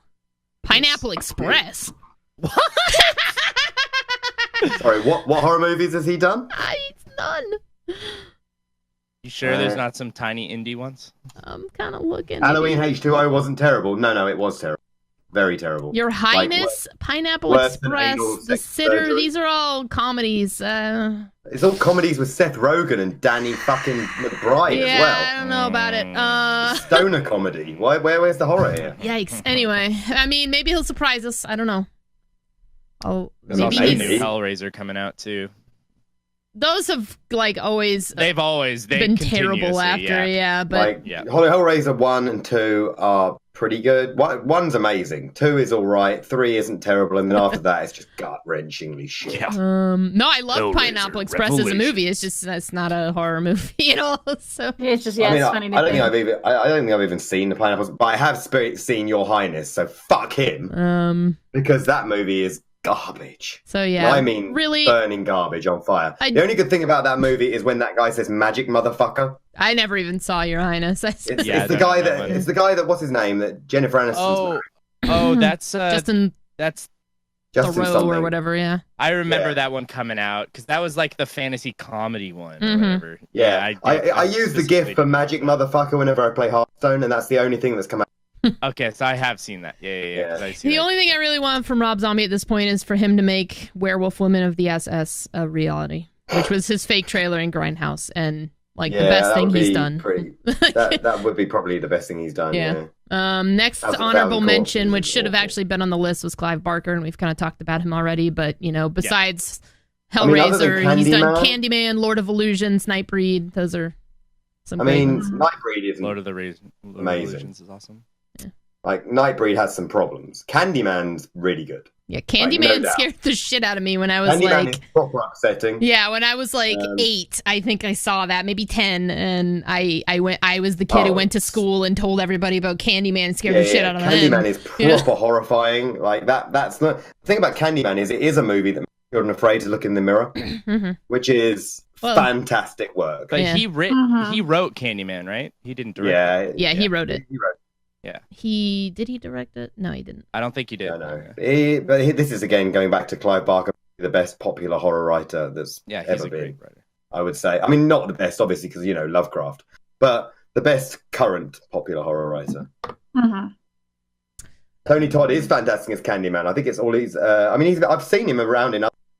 Super good in Candyman. An honorable mention only in that he did a couple of things. But mostly he's not a horror director. John Landis, American Werewolf in London. American Werewolf is it's a comedy, but it's got some real fucking horror to it. Yeah, there's a lot of jokey elements to that, the zombies turning up to talk to him, and there is some like the werewolf transformation in that is really horrifying. Is really good. Yeah, and it's even really if you wanted to count that Thriller video, which I wouldn't in a movie. Setup, but it was pretty epic for the time. I suppose a couple of million they spent on that video, which at the time would probably be like 20 million now. Well, and he got fucking the voiceover, Vincent Price, Yeah, and that was bitching, man. The Thriller. Vincent, what have you done? Michael Jackson prances onto the screen. Immediately starts grabbing his own lack of dick. I heard about that Masonic. We talked about that. No comment. Yeah, we'll see. We'll see. Quentin Tarantino is often really good, so I don't want to rule it out right now. Well, the subject matters. Is it really a problem? We've had so many serial killer movies. We've yet to have a really good one. It's not so much the subject matter as it is that everything Tarantino's done since his highly praised Kill Bill has basically been lazy to me. Everything uses the same title screen, Chapter 1, and I know he did that in Pulp Fiction, but he doesn't even change the font or anything. It's very lazy. I felt like what was it? The Inglourious Basterds was pretty strong, apart from Eli Roth. Yeah. But we'll see how it goes. It may be Django Unchained. I only actually watched half of that. And then I understand your point, Jade. Yeah, I still love his movies. I felt like all of them were weaker. Yeah, his tropes are being reused too much. The interesting thing about him is that all of his movies since Kill Bill, like you said, have been okay movies, but none of them have been Pulp Fiction or Reservoir Dogs or Kill Bill. Honestly, I go so far as to say that Pulp Fiction isn't even Reservoir. Yeah. Reservoir Dogs came out of nowhere and hit everyone like a train. Yeah. And Pulp Fiction was a smug version of Reservoir Dog. Okay, we get it. You're really clever with let's tell it out of order. It was more of him doing the trope thing. He just hadn't fully found his stride yet. And But Reservoir Dogs is very. I do appreciate that his Of course, last two that's movies it. were westerns, though. Mhm. I do appreciate. Yeah, And it's nice that I do like that he kind of floats around the genres, but then that was always his thing. Like the Pulp Fiction thing is the thing that he actually likes, not the movie. The kind of well, fiction. and I'm criticizing, but he's one of my favorites because he deals a lot in homage cinema, like I like to call it, because everything that he does is an homage to, I loved these group of movies, so I wanted to do my own. I loved this group. Like Grindhouse is my favorite because he it's helped so. make From Dusk Till Dawn the best Dracula movie. Shut up, Muscle Bush Tits. The best Dracula film is not From Dusk Till fucking Dawn. I do like From Dusk Till Dawn, though. I did like that one me too. too, in the same way as like Trauma. It's not the best Dracula film. I love watching it. On your head. Ron Halloween's my favorite to watch From Dusk Till Dawn. I love how corny and cheesy it is. Whenever he's Best like looking at her Dracula toe film. or whatever, it's true. Yeah.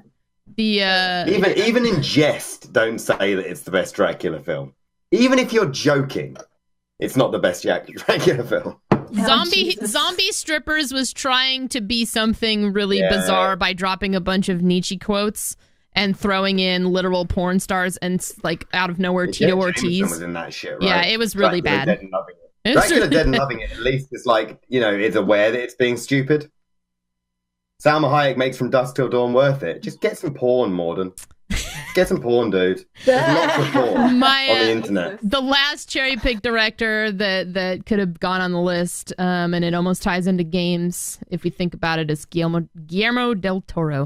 Yeah. He does so much classy horror that nobody knows about, man. Yeah. Mm-hmm. He is like the Mac Daddy of weird indie creep. He's a gateway weird, to though, because, foreign like, horror in a sense. It's kind of weird to me because I feel like Devil's Backbone and Pan's Labyrinth and those movies are really good when it comes to like the horror aspect of things, but then he tries to do a movie that's specifically horror and we get Crimson Peak, which was oh god, I hated that movie. Yeah. You know what I mean? Like it's like when he doesn't try, he makes these like what you wouldn't think would be scary movies like Pan's Labyrinth, like Francis Ford Coppola directed Bram you know Stoker's what I mean? Dracula. Like, and then when he tries to make like a full-on horror movie, we get Crimson Peak.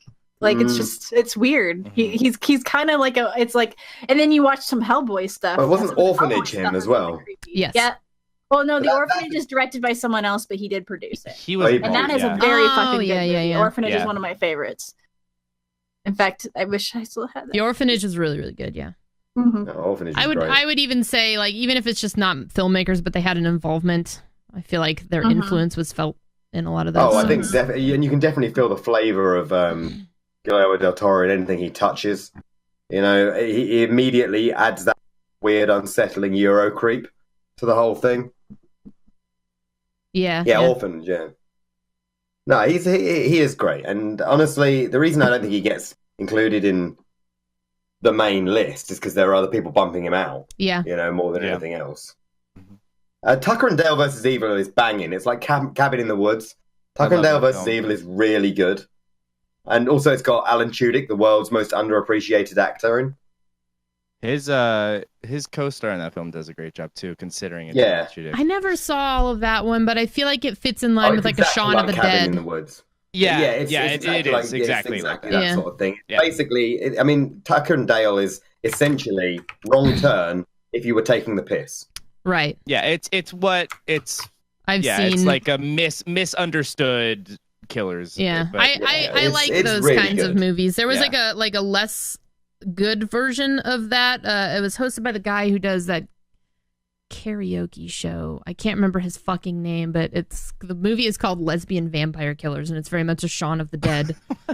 Lesbian Vampire Killers, I feel, is James fucking whatever his name is and his stupid little mate from back when they weren't famous in America. James Conlon. That's his name, yeah.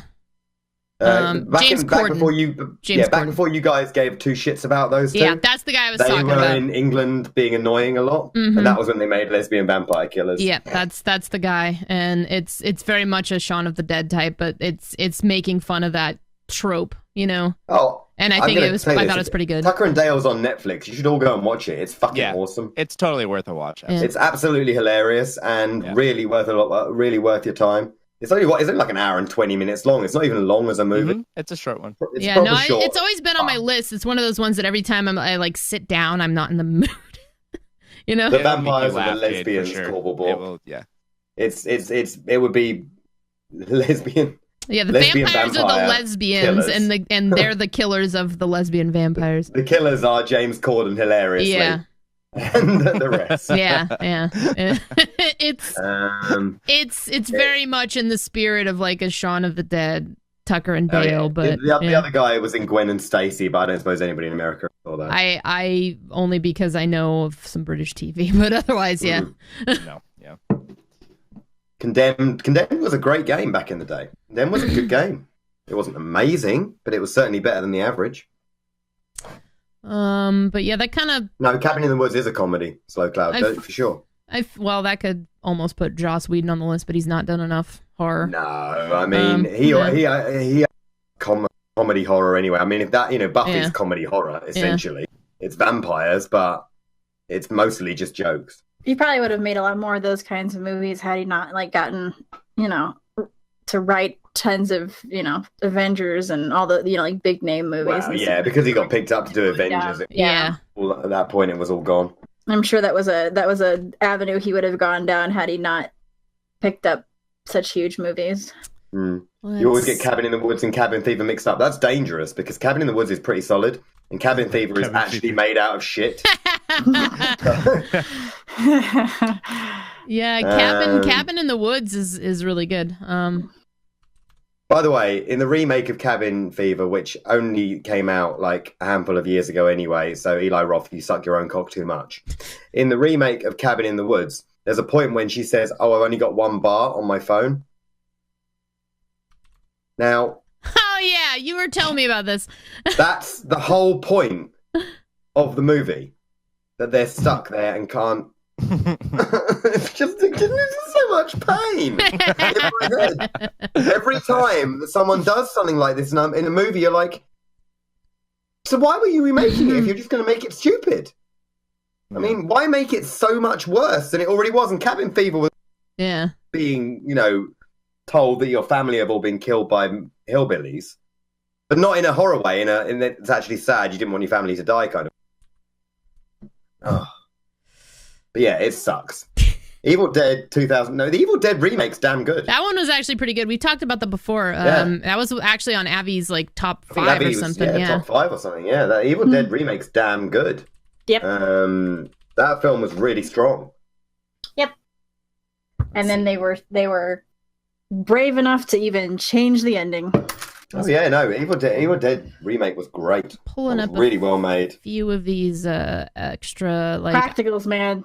Practicals. Before we move on and try to close out, there was an article I had linked a few weeks ago called Toby Hooper Movies You Can Instantly Stream and Where to Find Them. And I guess we'll just maybe go over this real quick. And the answer is YouTube. I'll just go ahead and link it real quick in a second. Yeah.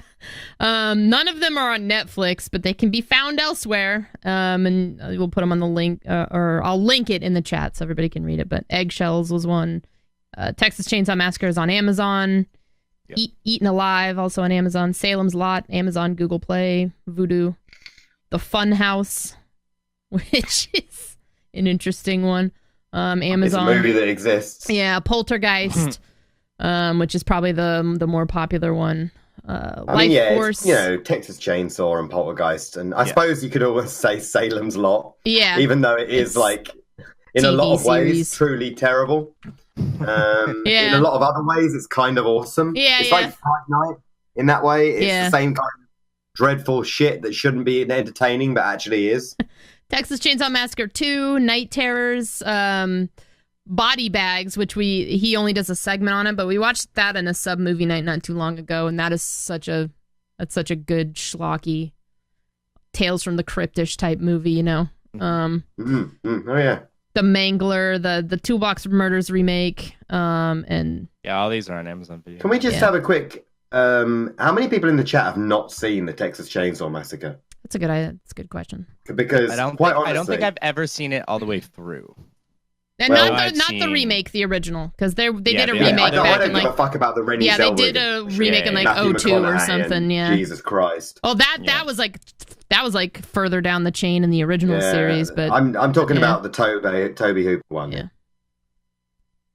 Quite a few people have not seen it. A few people have not seen. You should all go and watch it right now. It's worth the watch. Yeah. Mm-hmm. I mean, in terms of horror, it's right up there with Citizen Kane in things you absolutely have to see. Maybe we'll try and do it for like a movie night, because Halloween is next month, obviously, and I did last. Really? Yeah, I know. Last year I did we did a horror movie night, so maybe we'll do that again or something. I don't know. I mean, honestly, we can't put this in too strong of terms. If you are a fan of horror, you have to watch the Texas Chainsaw Massacre. It is a masterclass. It's up there with, like, if you're talking about games, like, you like horror games? Have you played Silent Hill 2? Well, then you don't like horror games. Shut up. It's that important to the genre that it should be watched. It is key that you do check it out at some point. The first remake was color. Oh yes. But I think it absolutely must. It also gets a bad rap because of its name. People think it's not as worthy as it is, just because it's Southern Texas man with chainsaw. It's like, no, the thing it's is, not. But that was back, but back in the day, that wasn't a thing. Yeah, no, of course. It only became a thing later because of Toby Hooper being so damn good at directing. Yeah. Mm-hmm. But yeah, 100% go and watch it. It's up there with Halloween and A Nightmare Before Christmas, A Nightmare on Elm Street. No, A Nightmare Before Christmas as well. Yeah, that's pretty frightening. It's that vital, if you are a fan of horror, that you simply go and check it out. Because is Attack of the Killer Tomatoes a comedy horror? It is indeed, with George Clooney in it. Punch me in the dick over and over again. But yes, if you have not seen Texas Chainsaw Massacre, it is a movie, if you are a fan of horror, that you must immediately seek out and watch.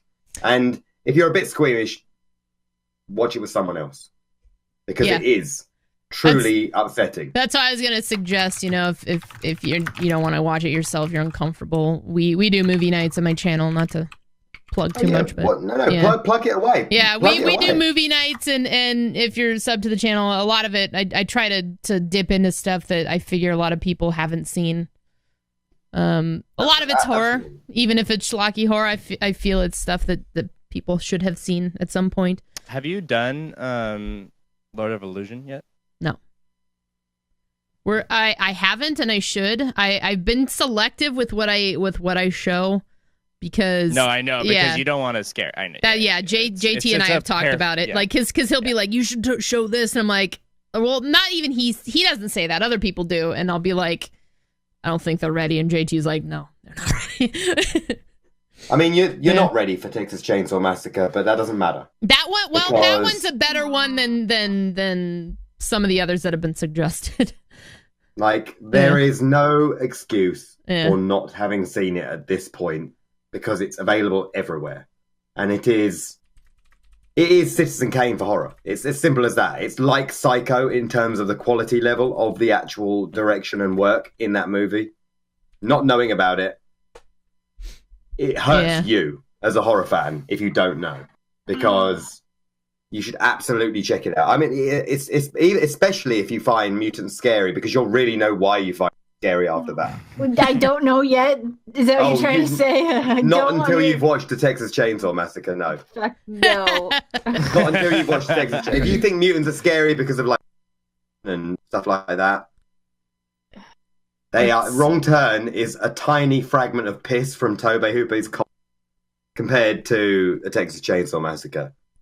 It is the thing that makes mutants frightening. There's a few other things that I was going to touch on. So, other than Eli Roth's fucking AMC thing, I guess there's some other AMC show they're going to be calling Shock Theater, which is...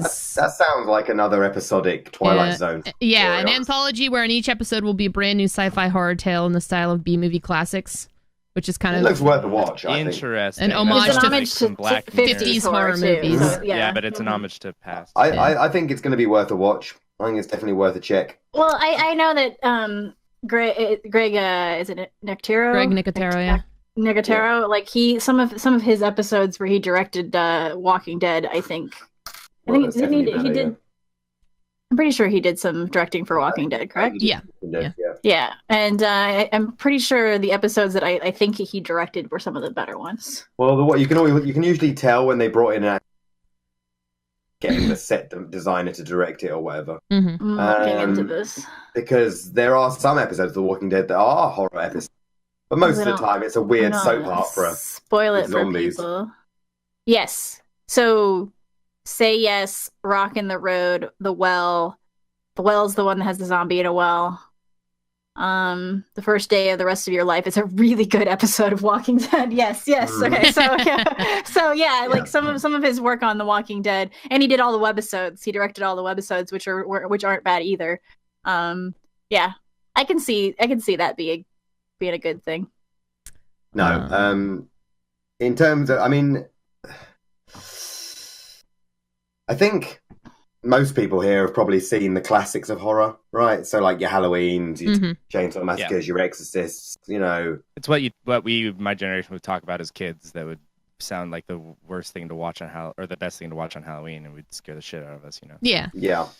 And yeah, you should if you do it as a movie night, and if you don't do it as a movie night, go and watch it on your own.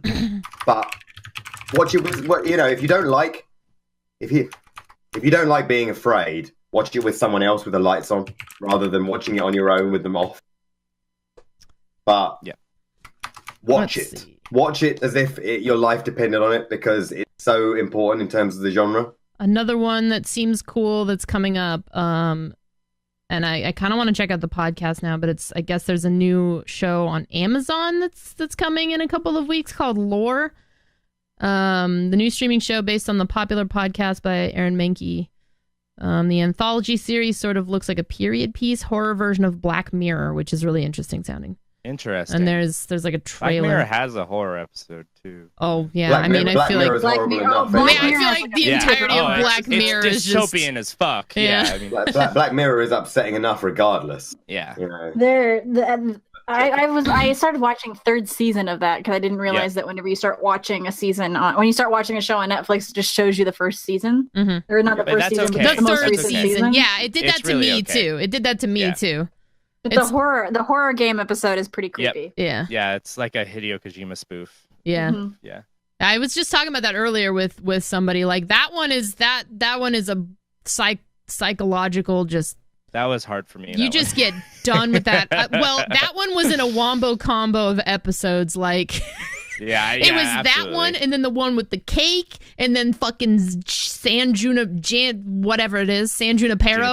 And I watched all three of those in one sitting, and I was just like, I felt dead inside, and my face hurt because I was like ugly crying and just like. Oh, for sure. It was terrible. Which one are you showing right now? This is that show called Lore on Amazon. The Lore show, yeah. And that looks really good. Yeah, it's recently stole their titles from Little Nightmares. Yeah. Yeah, I was wondering. Yeah. Honestly, I've watched some really good stuff when it comes to the Amazon shows. Like I'm a big fan. I know this is horror, right? but that's a history channel. Transparent is amazing. Well, that's the thing with Jeffrey Tambor, right? Yeah. Yeah, he's pretty good, him. What makes Black Mirror so intense? The writing. Yeah, Black Mirror has some good writing. The writing, the atmosphere, the way it links into our culture. Yeah. I think one of the things that I like a lot specifically about Black Mirror is that like most of the episodes like the main character, like it doesn't end well for the main character, and that really reminds me a lot of Twilight Zone. Yeah. So I love watching it for that reason. Now I say most because there is a few episodes where it ends good.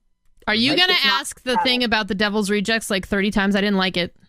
You've asked it like 3 times, Masonic. I didn't care for it.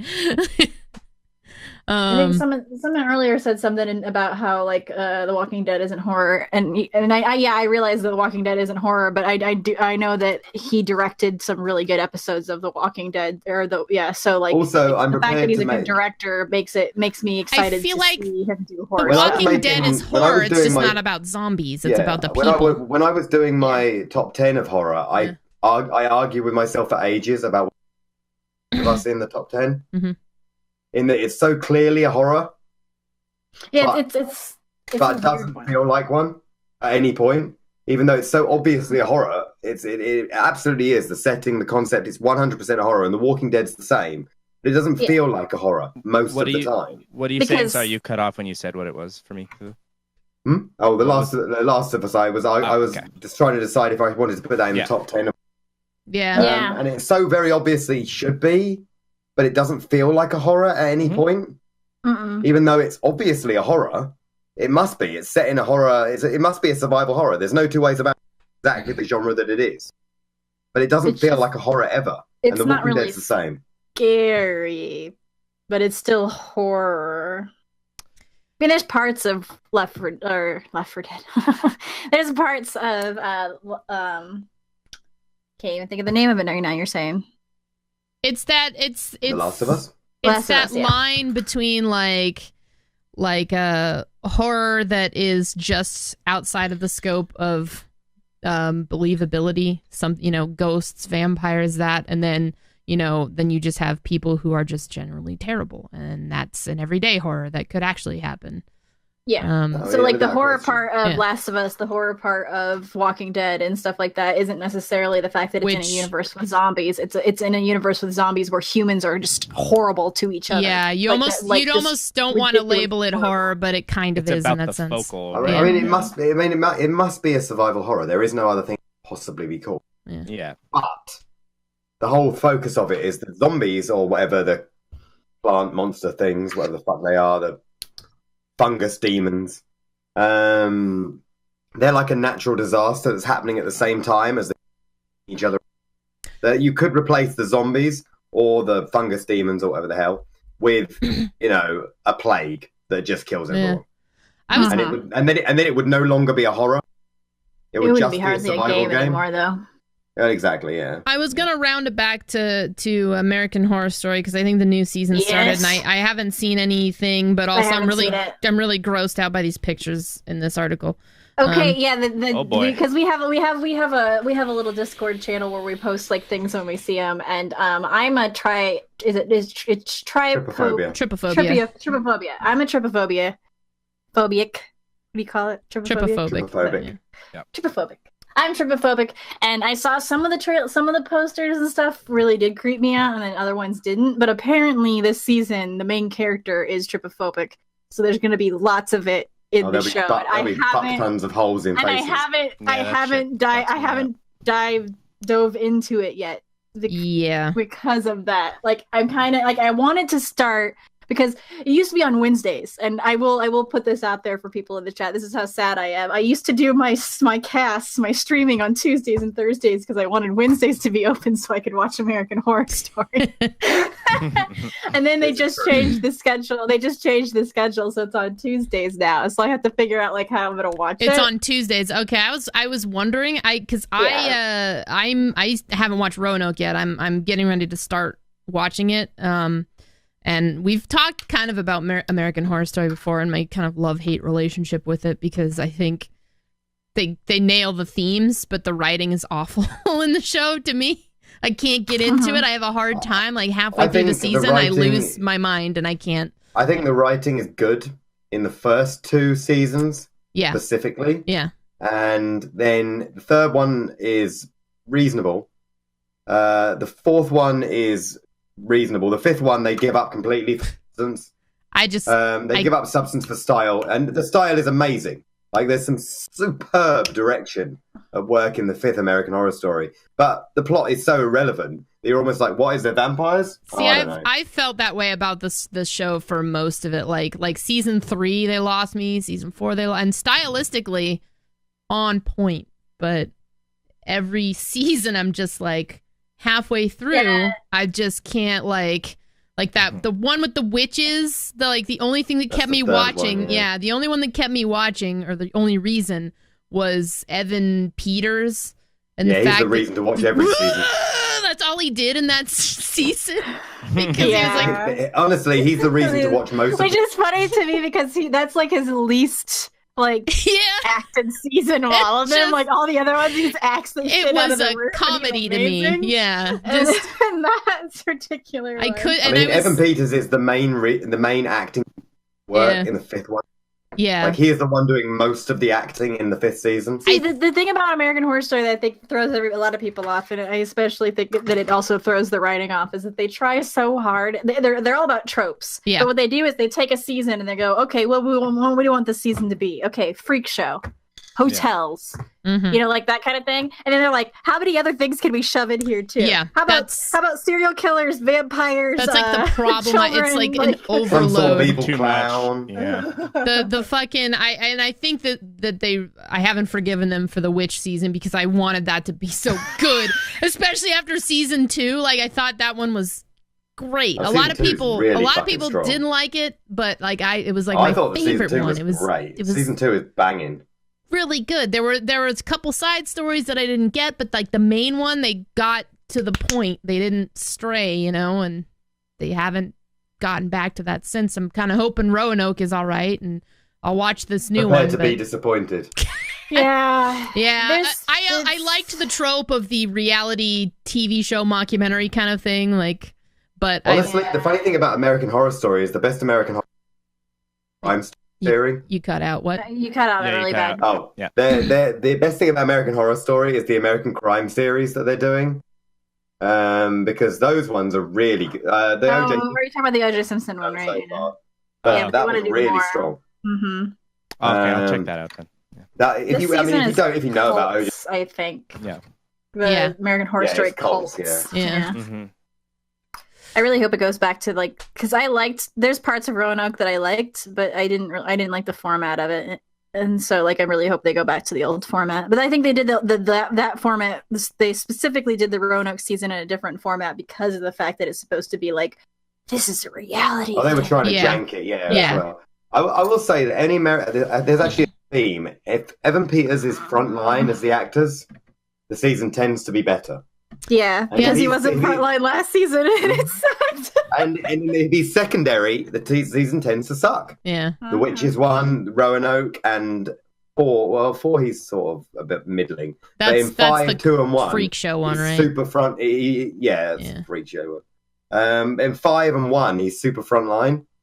Mm-hmm. And he's there all the time. He's super frontline in 2 as well. He's in 2 as well. In 5, the reason to watch it. I mean, I know Lady Gaga's in it and she's great, but Evan Peters is the reason to watch season 5. Oh yeah, he's so great. That character is just amazing. Also, just pleasantly enough, he's also playing a sort of a take actual person that existed. Yeah, because they're riffing the Hotel of Horrors guy. Mm-hmm. His fucking name was Devil in the White City guy. Yeah.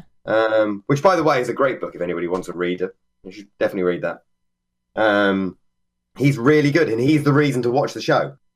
Like, the woman who's in every single fucking season is really great at what she does. But, no, not her. The other one, Sarah Paulson. Sarah Paulson. She's solid gold in everything, but they only give her so much to do in some seasons. Mm-hmm. So in some seasons, they let her go, and she's like, oh, that's amazing. And in other seasons, they're like, can you just sit there and do not very much? And it's like, so great use of your Sarah Paulson there, yeah. I feel like she wasn't in the very first season very much, and then they put her in the second season, and then she proved she could be super great. But then they still didn't really start giving her anything to really work with until the 3rd season, because she plays the same character season 1, season 2, and season 3, which they do that. They did that a lot with Jessica Lange, where she plays the same fucking character every single goddamn season.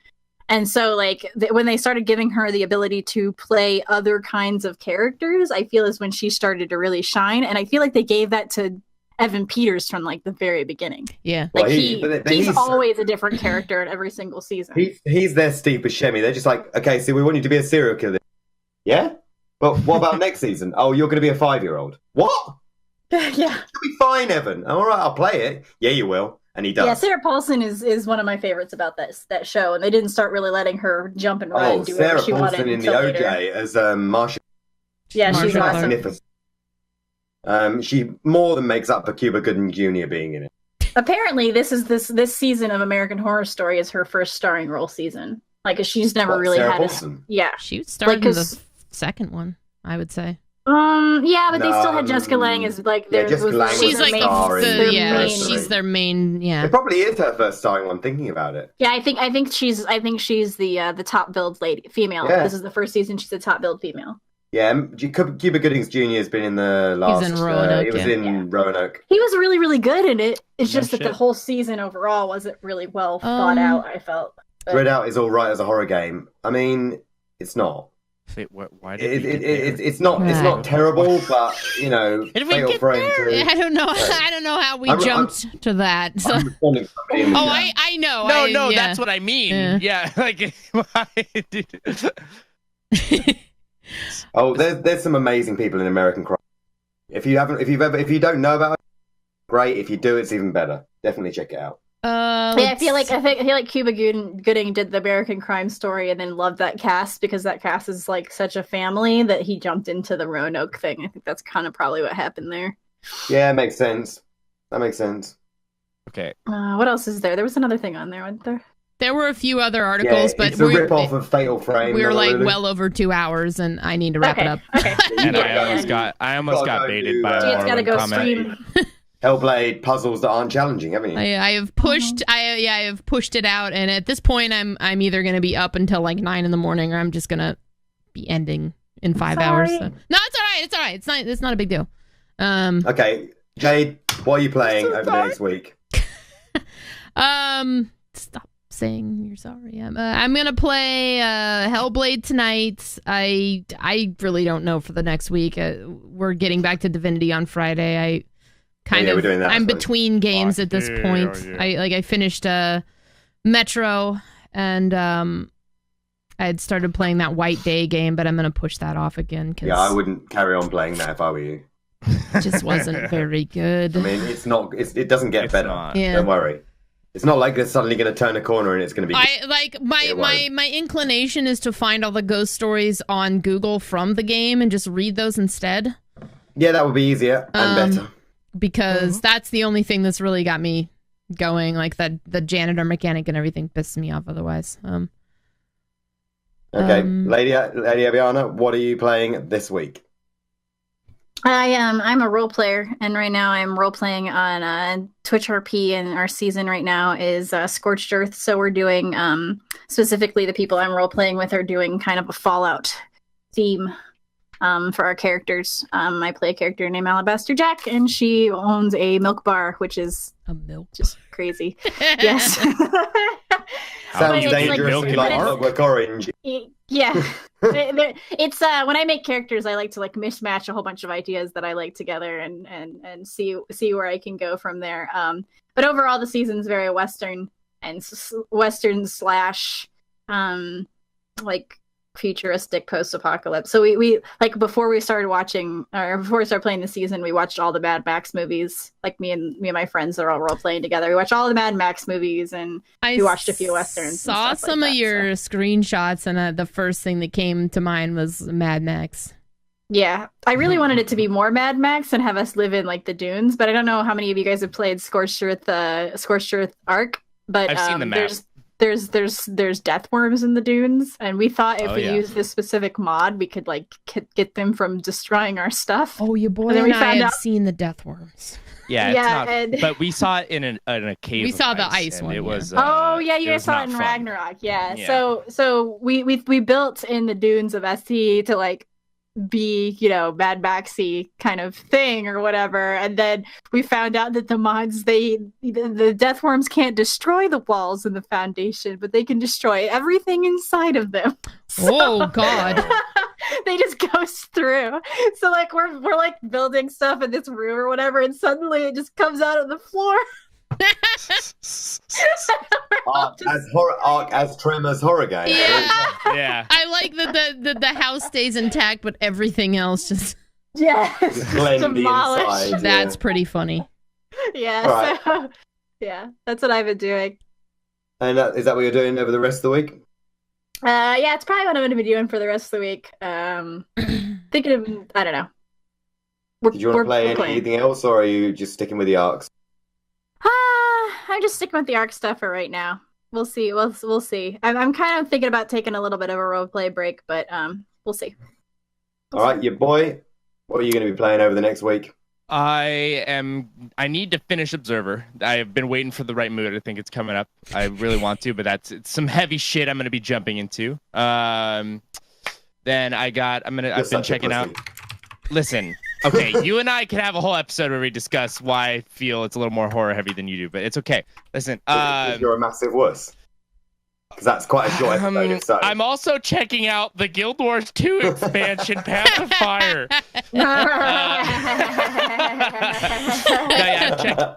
I'm checking that out, and also I gotta finish Vampire the Masquerade at some point, so I'm gonna be working on that too. So that's all in the near future. And then of course our Divinity. Oh yeah, we're doing and Divinity of course on every Friday. Yeah, it's fun. It's fun to watch. God, it's so fun. Yeah. It was a good time. Actually, I heard that's a beast of a game to stream and play at the same time. I tell you what, actually, the funny thing about that is that it's any game, or you cut out. Yeah, it's much easier than any game of that type beforehand because it's all voice acted, rather than having to read the cunt out. Mm-hmm. Mm-hmm. So if we can just get past the backseating cunt rags in the chat, it'll be a fun time. I have a couple ideas I can talk to you guys about. Yeah. Or banning them outright whenever they do it. Oh no, not. Because that sounds like my idea. Okay. What so are you Jay's doing? gonna have to play Hell. Oh yeah, okay. I just realised the other day, if I actually play with The Witcher once a week, it's gonna take me 100,000 years to finish. Yeah, I know.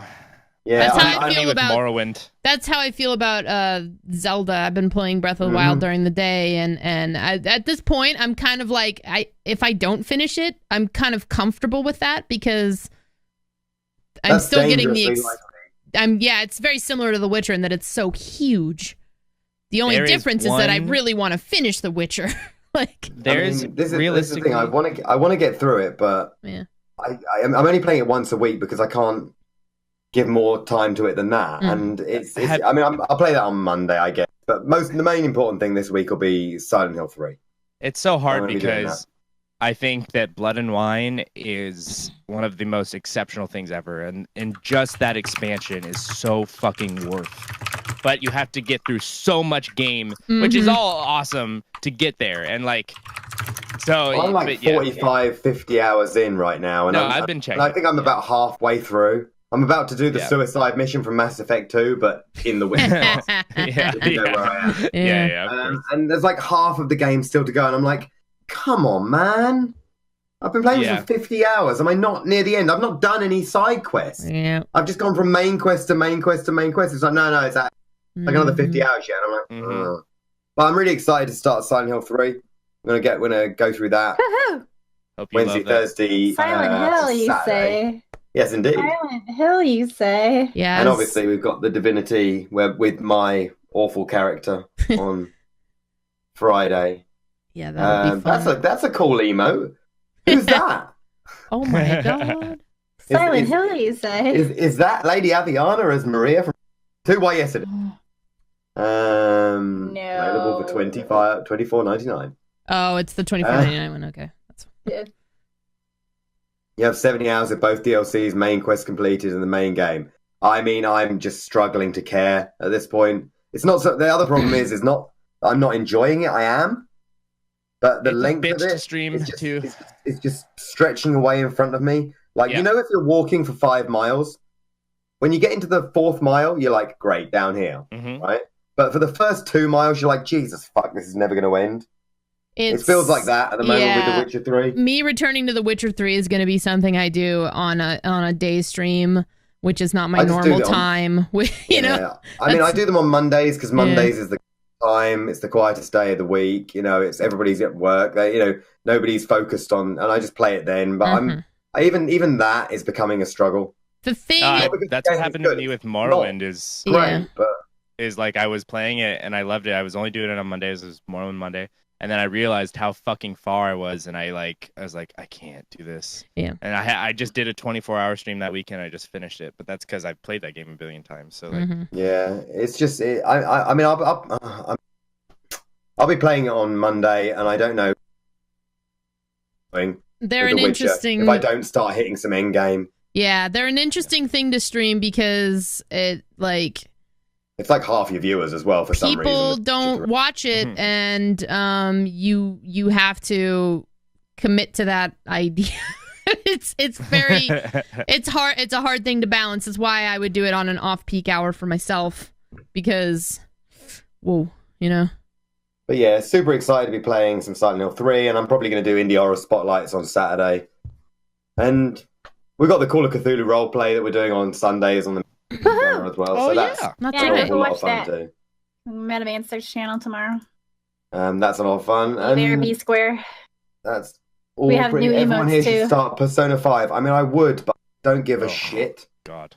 Is the problem. I'm paralyzed by not caring very much. Yeah, I can't. I'm gonna take inventory of stuff Wrong that I'm crowd for that comment. Yeah, I'm gonna take inventory of games that I've gotta like start tackling. It's a great game, but like Silent Hill 3 and Fatal Frame 2 and Observer. Those were a few that were. I mean, Observer's really short anyway. In my realm, and then I'm getting ready to do that horror.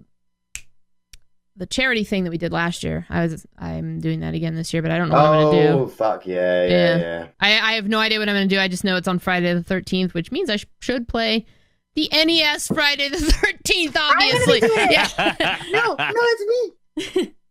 Every single Friday the 13th, I do a thing called 8-Bit Beer, where I drink every single time I die in the NES version of Friday the 13th.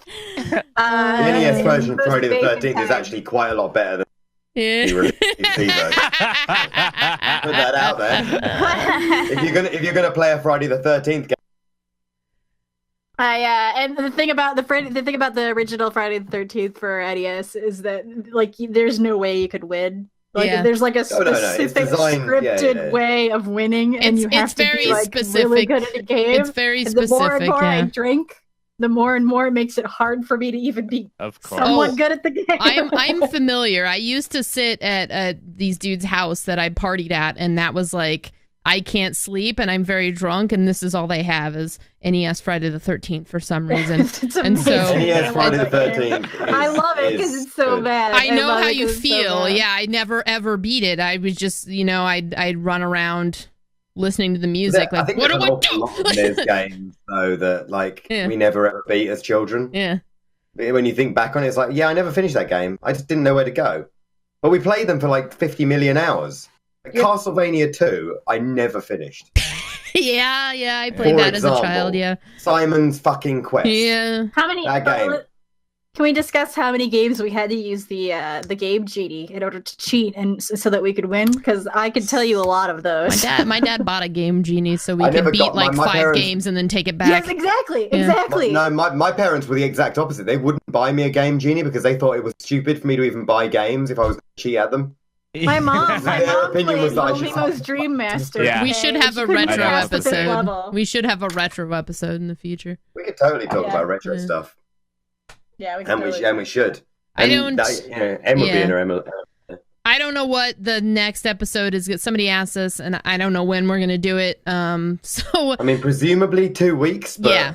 Is there anything? I know some topics we're probably going to be talking about in the future. Just so you guys know, is we were thinking about talking about Japanese horror. We have to do our follow-up episode for the Twin Peaks show once we're all caught up. Yeah, that would be one that we definitely want to have YaboiDeyquan back on for because he was watching it with us. Yeah. But only if you get a picture that isn't rubbish. Yeah, well, I'll have a fucking. Well, I'll photo. just have themed. I want a Peaks picture of you looking like you're in Dimmu Borgia. If you don't look like that, then you're not. What I'll do is I'll take this picture, but I'll just paint that on him. Or I'll take the picture in his Discord photo and I'll make it larger and I'll paint that on him. How about we just take his picture that we have right now, we cut out the background, and we just add the Twin Peaks like red, the red. No, the red curtain with the. That would be good. Yeah, he could be in the Black Lodge. Yeah. That'll be okay. That'll be all right. Well, I mean, there's also like that, and I'm already in a green screen. That was for a role-playing character. It's close enough to intensity, I think, that like, you know, we'll get there. Nah, you look like a giant wang. I'm gonna save this one. Do we You know the show The Mighty Boosh? Yeah, you talk about it a lot. Yeah. Oh my lord! Yeah, boy. If anything, you've made your way further from being invited back. Oh, boy. That's a good one. We might actually have to do the Twin Peaks and have your picture on screen, but not have you on board. Just to clarify the dynamic. God, that hurts my soul.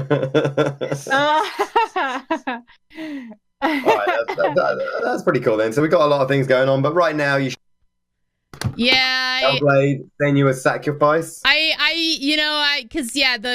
don't mind that we pushed back because I was. Here's something cool. Yeah, 8:00 was fine, and then 9:00, and I was like, well, we'll make it short. But I know us, we talk, and yeah, we're so bad at making it short. At this point, I'm just like, but I'm still gonna play Hellblade because I've already talked about it. But it's. Just play half of it. Yeah, okay. I'll probably only play half of it tonight. So just play half of it and then do the next. It's like 8 or 9 hours long. Yeah. So you're either going to be up until like 6 in the morning. Yeah, no, I don't want that. Or you'll go, or 9 in the morning actually. Or you are going to be up till like 5 if you play half of it. Just stop after the first 2 douches and you'll be there. Well, you'll know what I mean the second you get into the game. Yeah. I'm not spoiling anything. I don't know what the next one will be. We'll temporarily say we'll do it in 2 weeks. And it's going to be on my channel. But I don't know the topic. We'll discuss that. We'll figure it out. What time? Hang on a second. When is 2 weeks from now? It's the 7th of October. Oh, that's no good. No? No, I mean, that's fine for me. It's not a good day. It's not like Friday the 13th or something. It's not like it's something fun. It's not like a cool time. No, Friday the 13th is the week after, and we could certainly do the 14th. We can't do the 13th anyway because I have the thing going on. The 14th. And then in 2 weeks after that is after the 14th is TwitchCon, right? Or the next week is TwitchCon's after that. So we'll either do the 7th or the 14th. I'm gonna have a parrot on my shoulder if we do it on the 14th. So maybe we'll plan for then. I don't know. I feel Adam should play Fishing Planet. What the fuck's Fishing Planet? Oh God, it's the greatest game. Oh, I linked in chat. We've discussed it a little bit before on Hellmouth about her story being a really. Her story's amazing. It's on sale for $1.19. So go and get that. That's a very good game. Yeah, that is a very good game. Buy that and 10 copies for everyone that you love. Yeah. Because that game is superb. Yeah. What is Fishing Planet? Fishing Planet is fish, Adam. That's it. That's it. Oh, it's a fishing simulator? Yeah. Yes. Oh, yeah. Well, that sounds like absolute bullshit. Great. That doesn't even sound like a game. That barely even sounds like a game. Nobody should bring it up to you. You're fine. Yeah. Don't worry. You're not going to like it. You either love fishing in games or you don't. That's really all it comes down to. I don't even think if you love fishing in real life, you like a fishing game. Because you fish in real life. I can't believe how many people are actually rabid about Fishing Planet. Yeah, it's pretty crazy. Yeah. Well, no, I'm not going to play Fishing Planet. It would probably be like Adam should not play Fishing Planet. I've already got to play Dream Daddy at the end of the fucking month. Oh, that's enough. Yes. Yeah, everyone's really excited about it. Why does that? Yeah. I am not excited for it. I feel bad for you now. Yeah. That's why people are fucking excited. God, that makes me feel bad. I feel bad for you. I feel bad for you too, but I think it's hilarious. I mean, I don't even think it's hilarious. I just feel bad for you. It's the same reason people like man playing I don't know why. Kingdom Hearts. I guess, yeah. I mean, it's just like you're being thrust into the worst joke that's ever been on Twitch, ever. I know. That feels right. But it doesn't feel like it's got the wit of thing. The phrase This "daddy" episode, is like the He new. dissed on Legend. The phrase "daddy" is like the new. Oh my! I just hate it every time. Well, yeah, that's just annoying anyway. But like the new butt touch thing. Yeah, it is. In this episode, been that way for a Adam while. is made fun of like 4 of the things that I love, so I am completely okay with him playing Dream Daddy. Well, if you just like things that weren't as bad as The Princess Bride, we'd be okay. Oh. Fuck you. Plus, also making fun of The Princess I'm Bride. done. Making fun of The Princess Bride is like shooting fish in a barrel. You can guarantee that like 10 people will jump up and scream at you. Oh. Princess Bride's the best film in the world. No, it isn't. It's got a wrestler in it, and Carrie Elwes is the Shut star. your fucking face. It's Thank a little uncalled for. Inconceivable. A little. I hate you so much. Yeah, I right know. now. It's cool. Well, Favorable. Tina, yours is only funny because it's you saying it. Well, Yeah. it was funny along. Oh no, yeah, it's hilarious when It's like Tina Lips the says, Kelly. "Oh yes, Daddy." That's Yeah. funny. It's just like any other joke though. Like when it starts in conception, it's funny, and then it's always kind of funny at the base. But once it starts just blowing up and going everywhere, it's just kind of like, okay, the joke's kind of over. Because there's too many people. I don't hate Yeah. The Princess I just Bride. never I'm nothing even the Princess found Bride. it I to don't be care funny enough for the about most it. part. Like there were only a couple of times where I've laughed at its usage, and one was Tina, and the Yeah, it's second pretty funny. the second was when somebody called Jay Dizzle Stream Dad. And Yeah. I stopped because I was like, that's not right. And then I It's an go, old itself. I called him Daddy, and everybody, I immediately like regretted it because you, and even he was like, never. And so that's like, yeah, JT was there. It like that's the only time I've ever kind of found it funny because it's gross. Oh look, just to clarify, I don't hate The Princess Bride. I just don't care enough about it, and I don't think it deserves the reputation that it got. Shut your face. I can't even like properly criticize The Princess Bride. Nope. It's Nope. wonderful. It's literally the best movie that's ever been made that stars Columbia. Thank you, Adam. Thanks. It's all right. Yeah, Princess Bride's great. If you like Carrie Elwes as an action hero. Okay. Well, yeah, it was good to have Lol. your boy on. I know he maybe felt like Yeah, he it was couldn't great. contribute as much because he He doesn't. made the most important Yeah. contribution. He made the key contribution. He of made the some whole very thing. good contributions. I felt like he was good for this episode because of the film stuff. I was okay yeah. until the American Horror Story. That was where I was like, yeah, Yeah. sure. Yeah. Princess Bride is amazing. You're right. Any movie with a starring actor is I'm amazing. so happy that you've been cutting out whenever you start talking about how much you hate But it. yeah, we'll have to because Twin Peaks is over now, right? Yeah, it's over. Yeah, so we We gotta gotta catch catch up. And then we need to have an episode about that. And maybe that's because the one after mine will be on Abby's channel. Maybe we do it there Do that. again. Oh yeah, Abby's one will be like the one that's slightly after Halloween, right? Yeah. So Yeah. that might be a good time to aim for Twin Peaks. And Because then that gives by us then- ample by time to then- get Yeah, Caught up. because I'm gonna. It gets us time to cut up. It gets people who in channel want to talk about it time to catch up. Yeah. But yeah, that'll be spoiler heavy. So if you come in and say, I haven't watched it yet, well, Yeah. tough.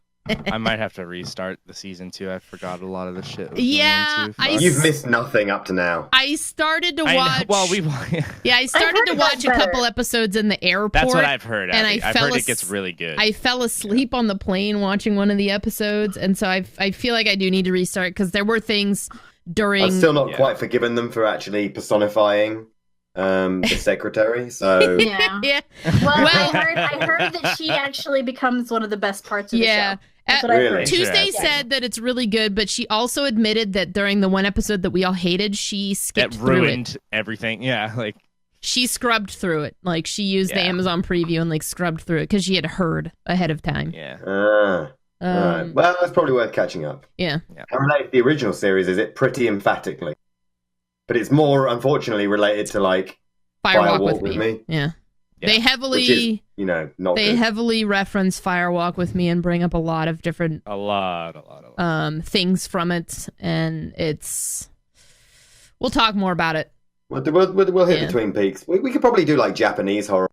Yeah, we'll talk more about it between now and then, but we may just do the Japanese horror thing. Or we could just do retro horror. Retro horror might be really fun. That could be a good one. I feel like that's going to be an easy one to do. Guys. Yeah. I mean, we won't have to even prepare for that. Not that we prepare anyway, but like less than before. Yeah.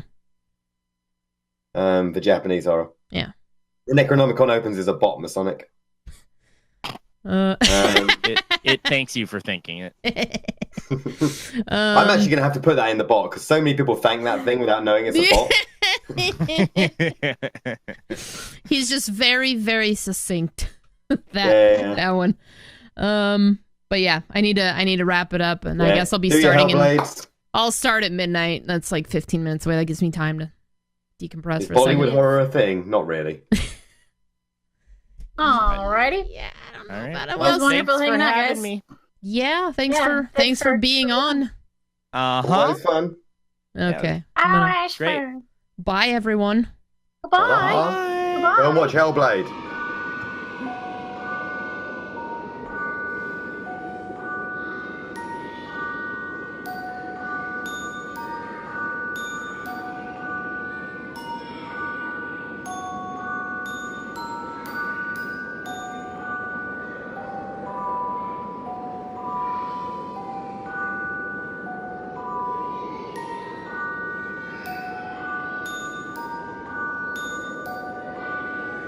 Welcome to the Hellmouth.